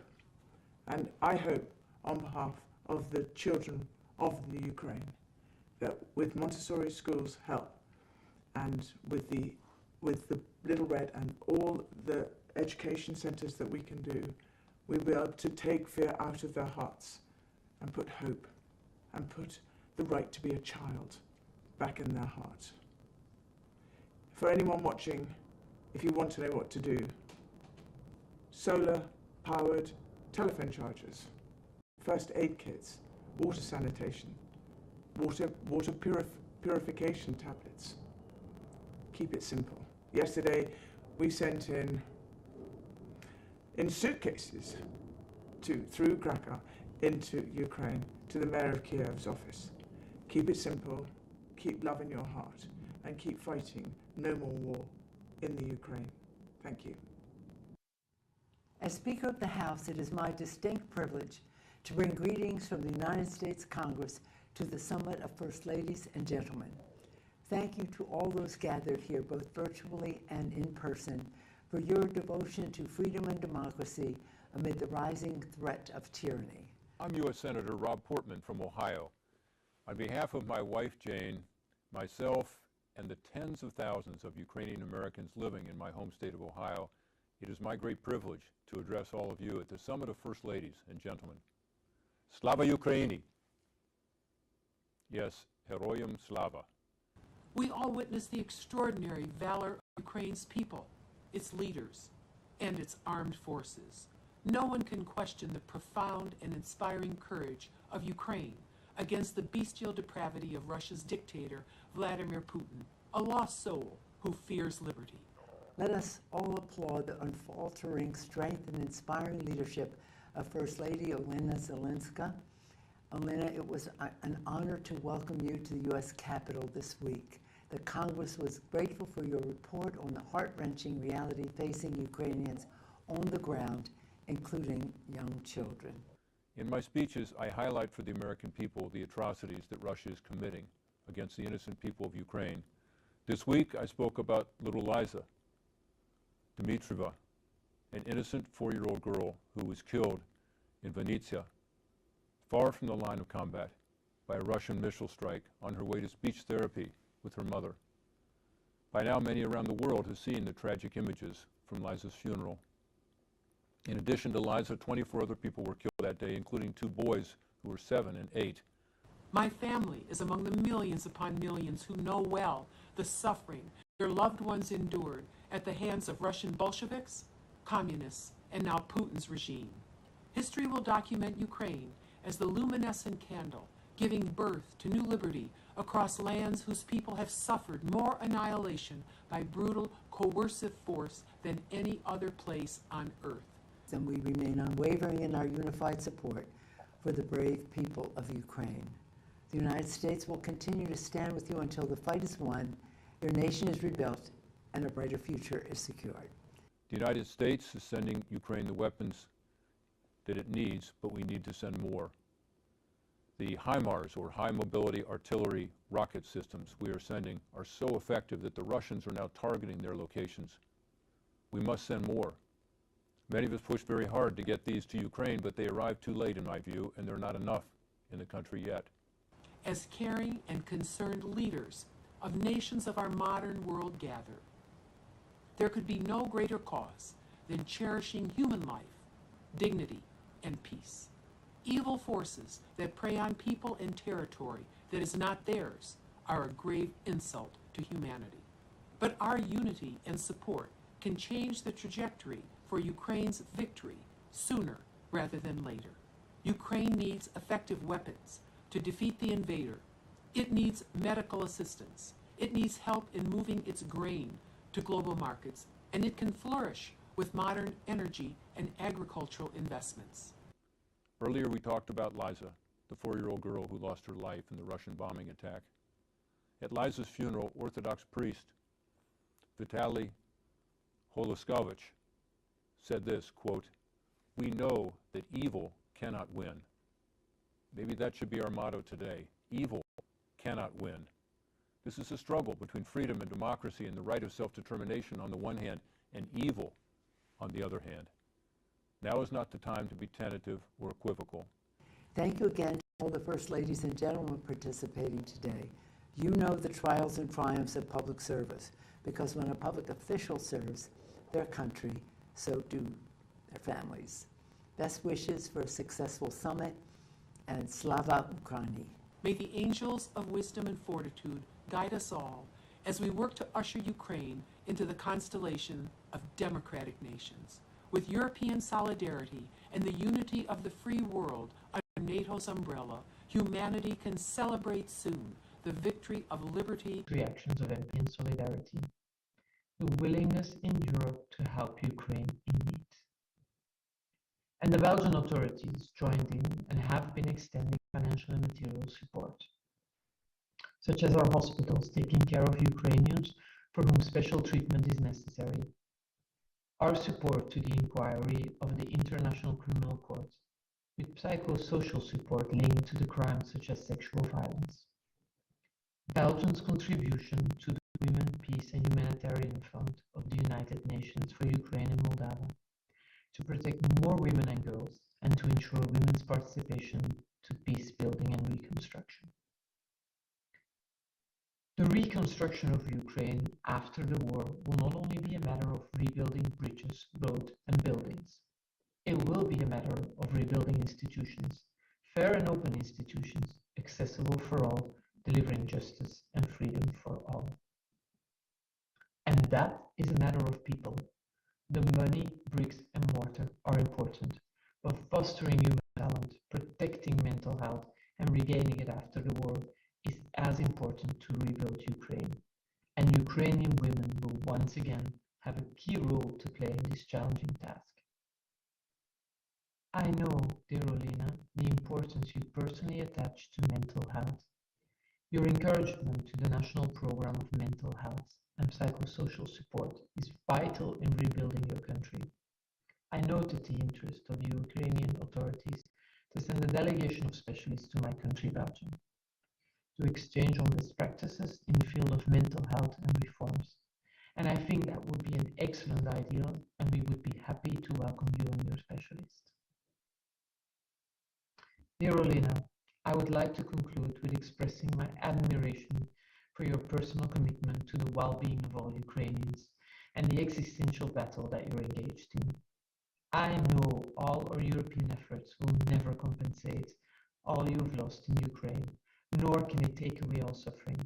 But know that we are by your side and we believe in you and your strength to beat the aggressor and salvage your country. You can count on our commitment and solidarity. Dear Olena, thank you very much for organizing this and inviting me to this important summit. Hello everyone, I'm Liev Schreiber. I'm a co-founder of Blue Check Ukraine and an ambassador for the medical aid, humanitarian aid column of President Zelensky's platform, United 24. First of all, I'd like to thank the First Lady, Madam Zelenska, and all of the other First Ladies and gentlemen for taking the time to remind us all how important it is that we continue to support our brothers and sisters in Ukraine as they defend themselves from a brutal and unprovoked invasion. People like Yolanta Proshalik, the deputy director of the Lviv Symphony, who overnight turned a 70-person orchestra into a humanitarian aid hub, delivering medical aid, food, and shelter to thousands of Ukrainians. People like Pavlo and Olena Zelenska, who organized friends and neighbors using minivans, taxis, and anything else they could drive to rescue and evacuate tens of thousands of displaced women and children. These are the people on the ground in Ukraine doing the essential work and providing aid and support to the people who need it most. As the news cycles continue to swirl in our country and abroad, let's respond by remembering who we are and what we stand for. I can't imagine anything more American than the values and liberties at stake in this conflict. So please, if you can, go to www.bluecheck.in or www.u24.gov.ua and give whatever you can. Thank you.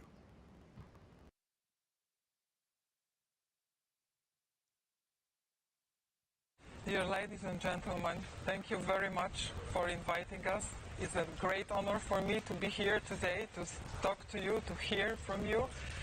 I would like to share some thoughts about what happened in Poland in last 5 months. Since the very beginning of this Russian invasion, we have 5 million people coming to Poland from Ukraine.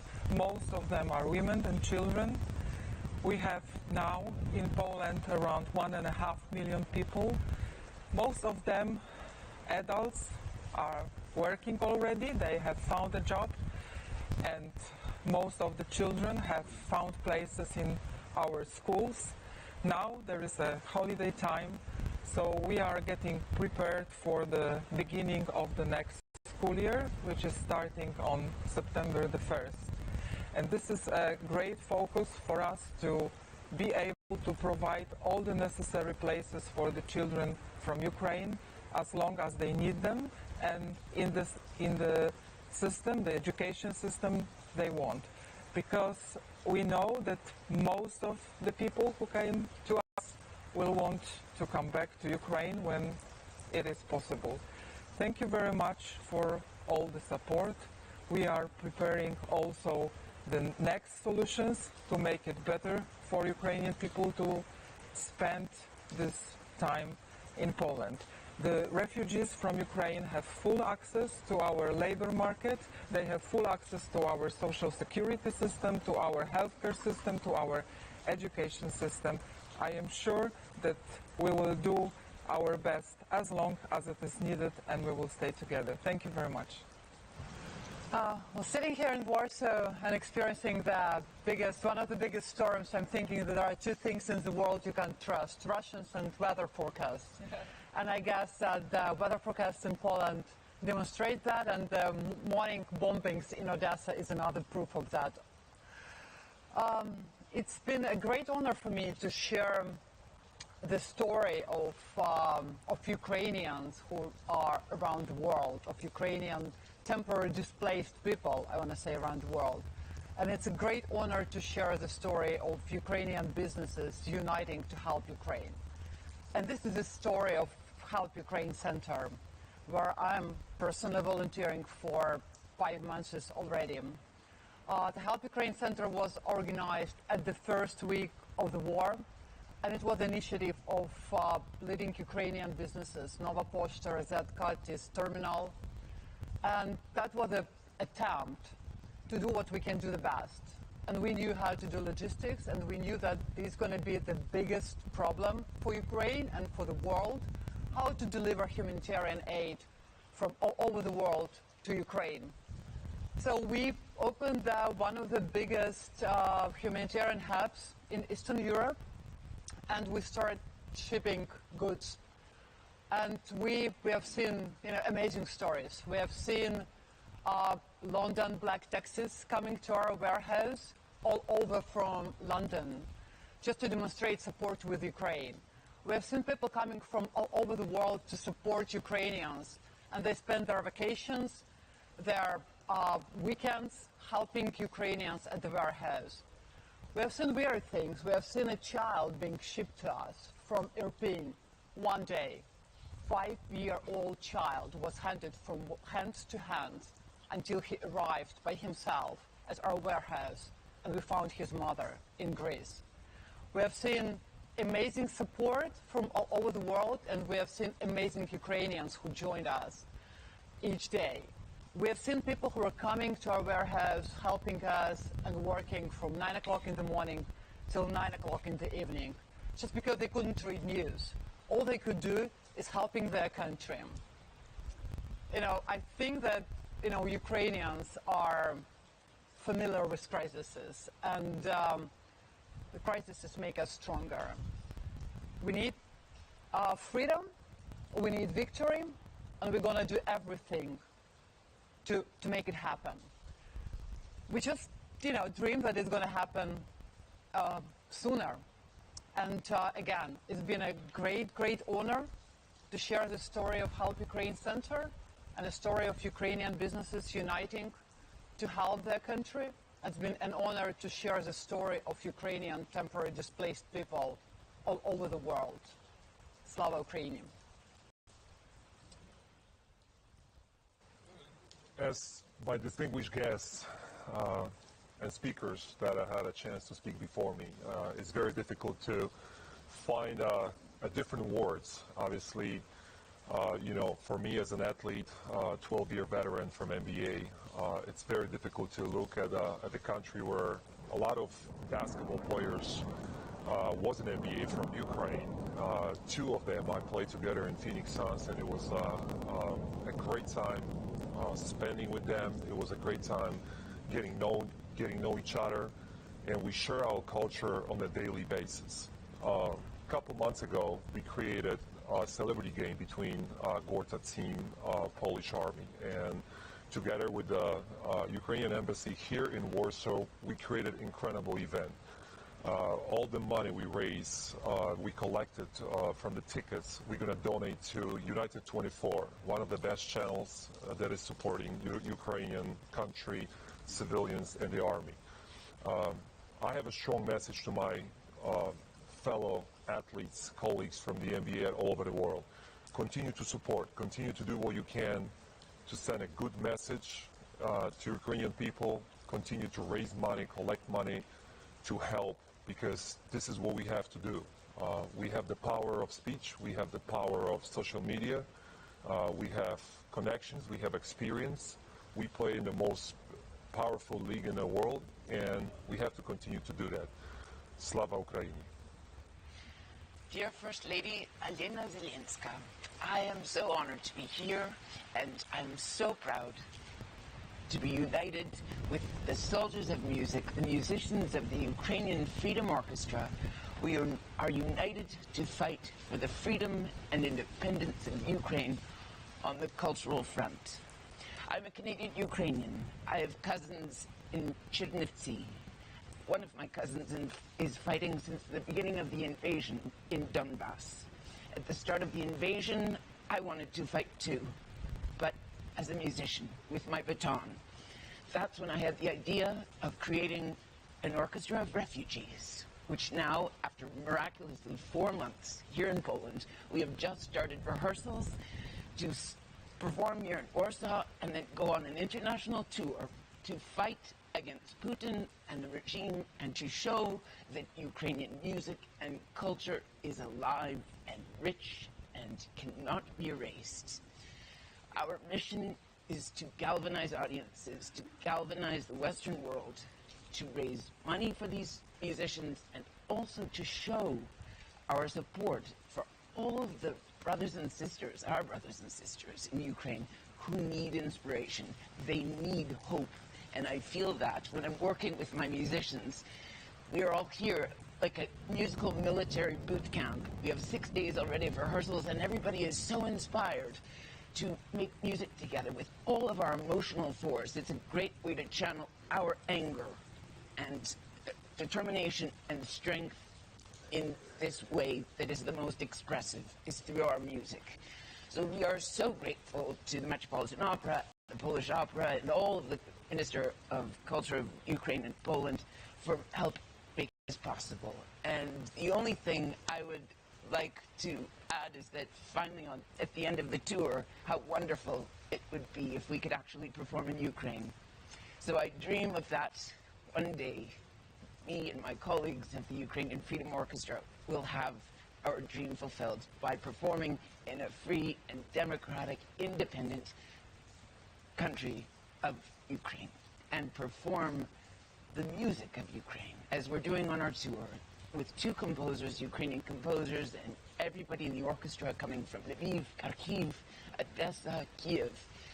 This is a force of a unique capabilities. 75 musicians who are unknown. So it's an incredible journey we have together, and it is for the future of Ukraine. Slava Ukraina!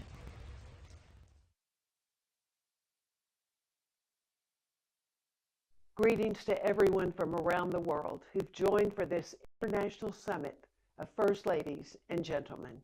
And thank you to First Lady Zelenska for uniting us for this important cause to show that the world stands with you and the people of Ukraine. Since February 24th, when Russia launched another unjustified invasion of Ukraine, Ukrainians have suffered. Americans are devastated by the number of Ukrainians injured and killed. The images are heartbreaking. And yet, amidst extreme hardship, Ukrainians have inspired the world with your unwavering spirit and your determination to defend your country and fight for freedom. We believe that Ukraine will prevail in this awful war, and when it does, it will be the world's responsibility to help your country recover. We must ensure that the rights of all Ukrainians are protected. We must empower women to rise to key roles in post-war society, and we must protect the well-being of mothers and the education of children. We must help displaced Ukrainians return to their homes or build new ones. And we must address the physical and mental health needs of those who have suffered. We can and should help Ukraine return to its rightful place as a secure and democratic member of the Euro-Atlantic community.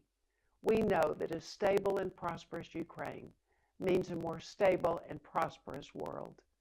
President Bush joins me in saying, Slava Ukraine, or glory to Ukraine. We ask that God bless the people of Ukraine during this struggle, and we pray for peace. The city of Brussels has contributed with its means to the tremendous humanitarian support by receiving and registering 45,000 Ukrainian refugees who arrived in Belgium. A few weeks ago, I personally accompanied a convoy of 3 tons of medical equipment and fully equipped ambulances donated by the Brussels firefighters to Kyiv. I would like to take this opportunity to announce that our city, which has a symbolic duty to set an example as the capital of the European Union, will continue to collect medical equipment on the basis of the request from the city halls of Kyiv and Lviv, as well as the medical teams. This equipment should be sent to Ukraine in early autumn. During our mission in Ukraine, our doctors also established a long-term partnership with Kyiv hospitals, in particular for the treatment of victims of war crimes such as rape.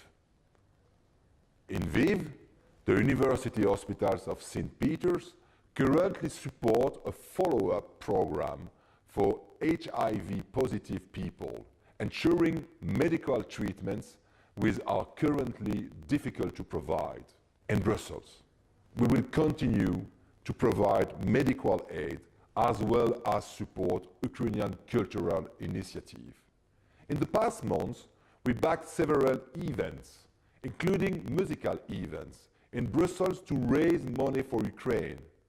I assure you, Brussels' solidarity with the Ukrainian people remains unwavering. Thank you.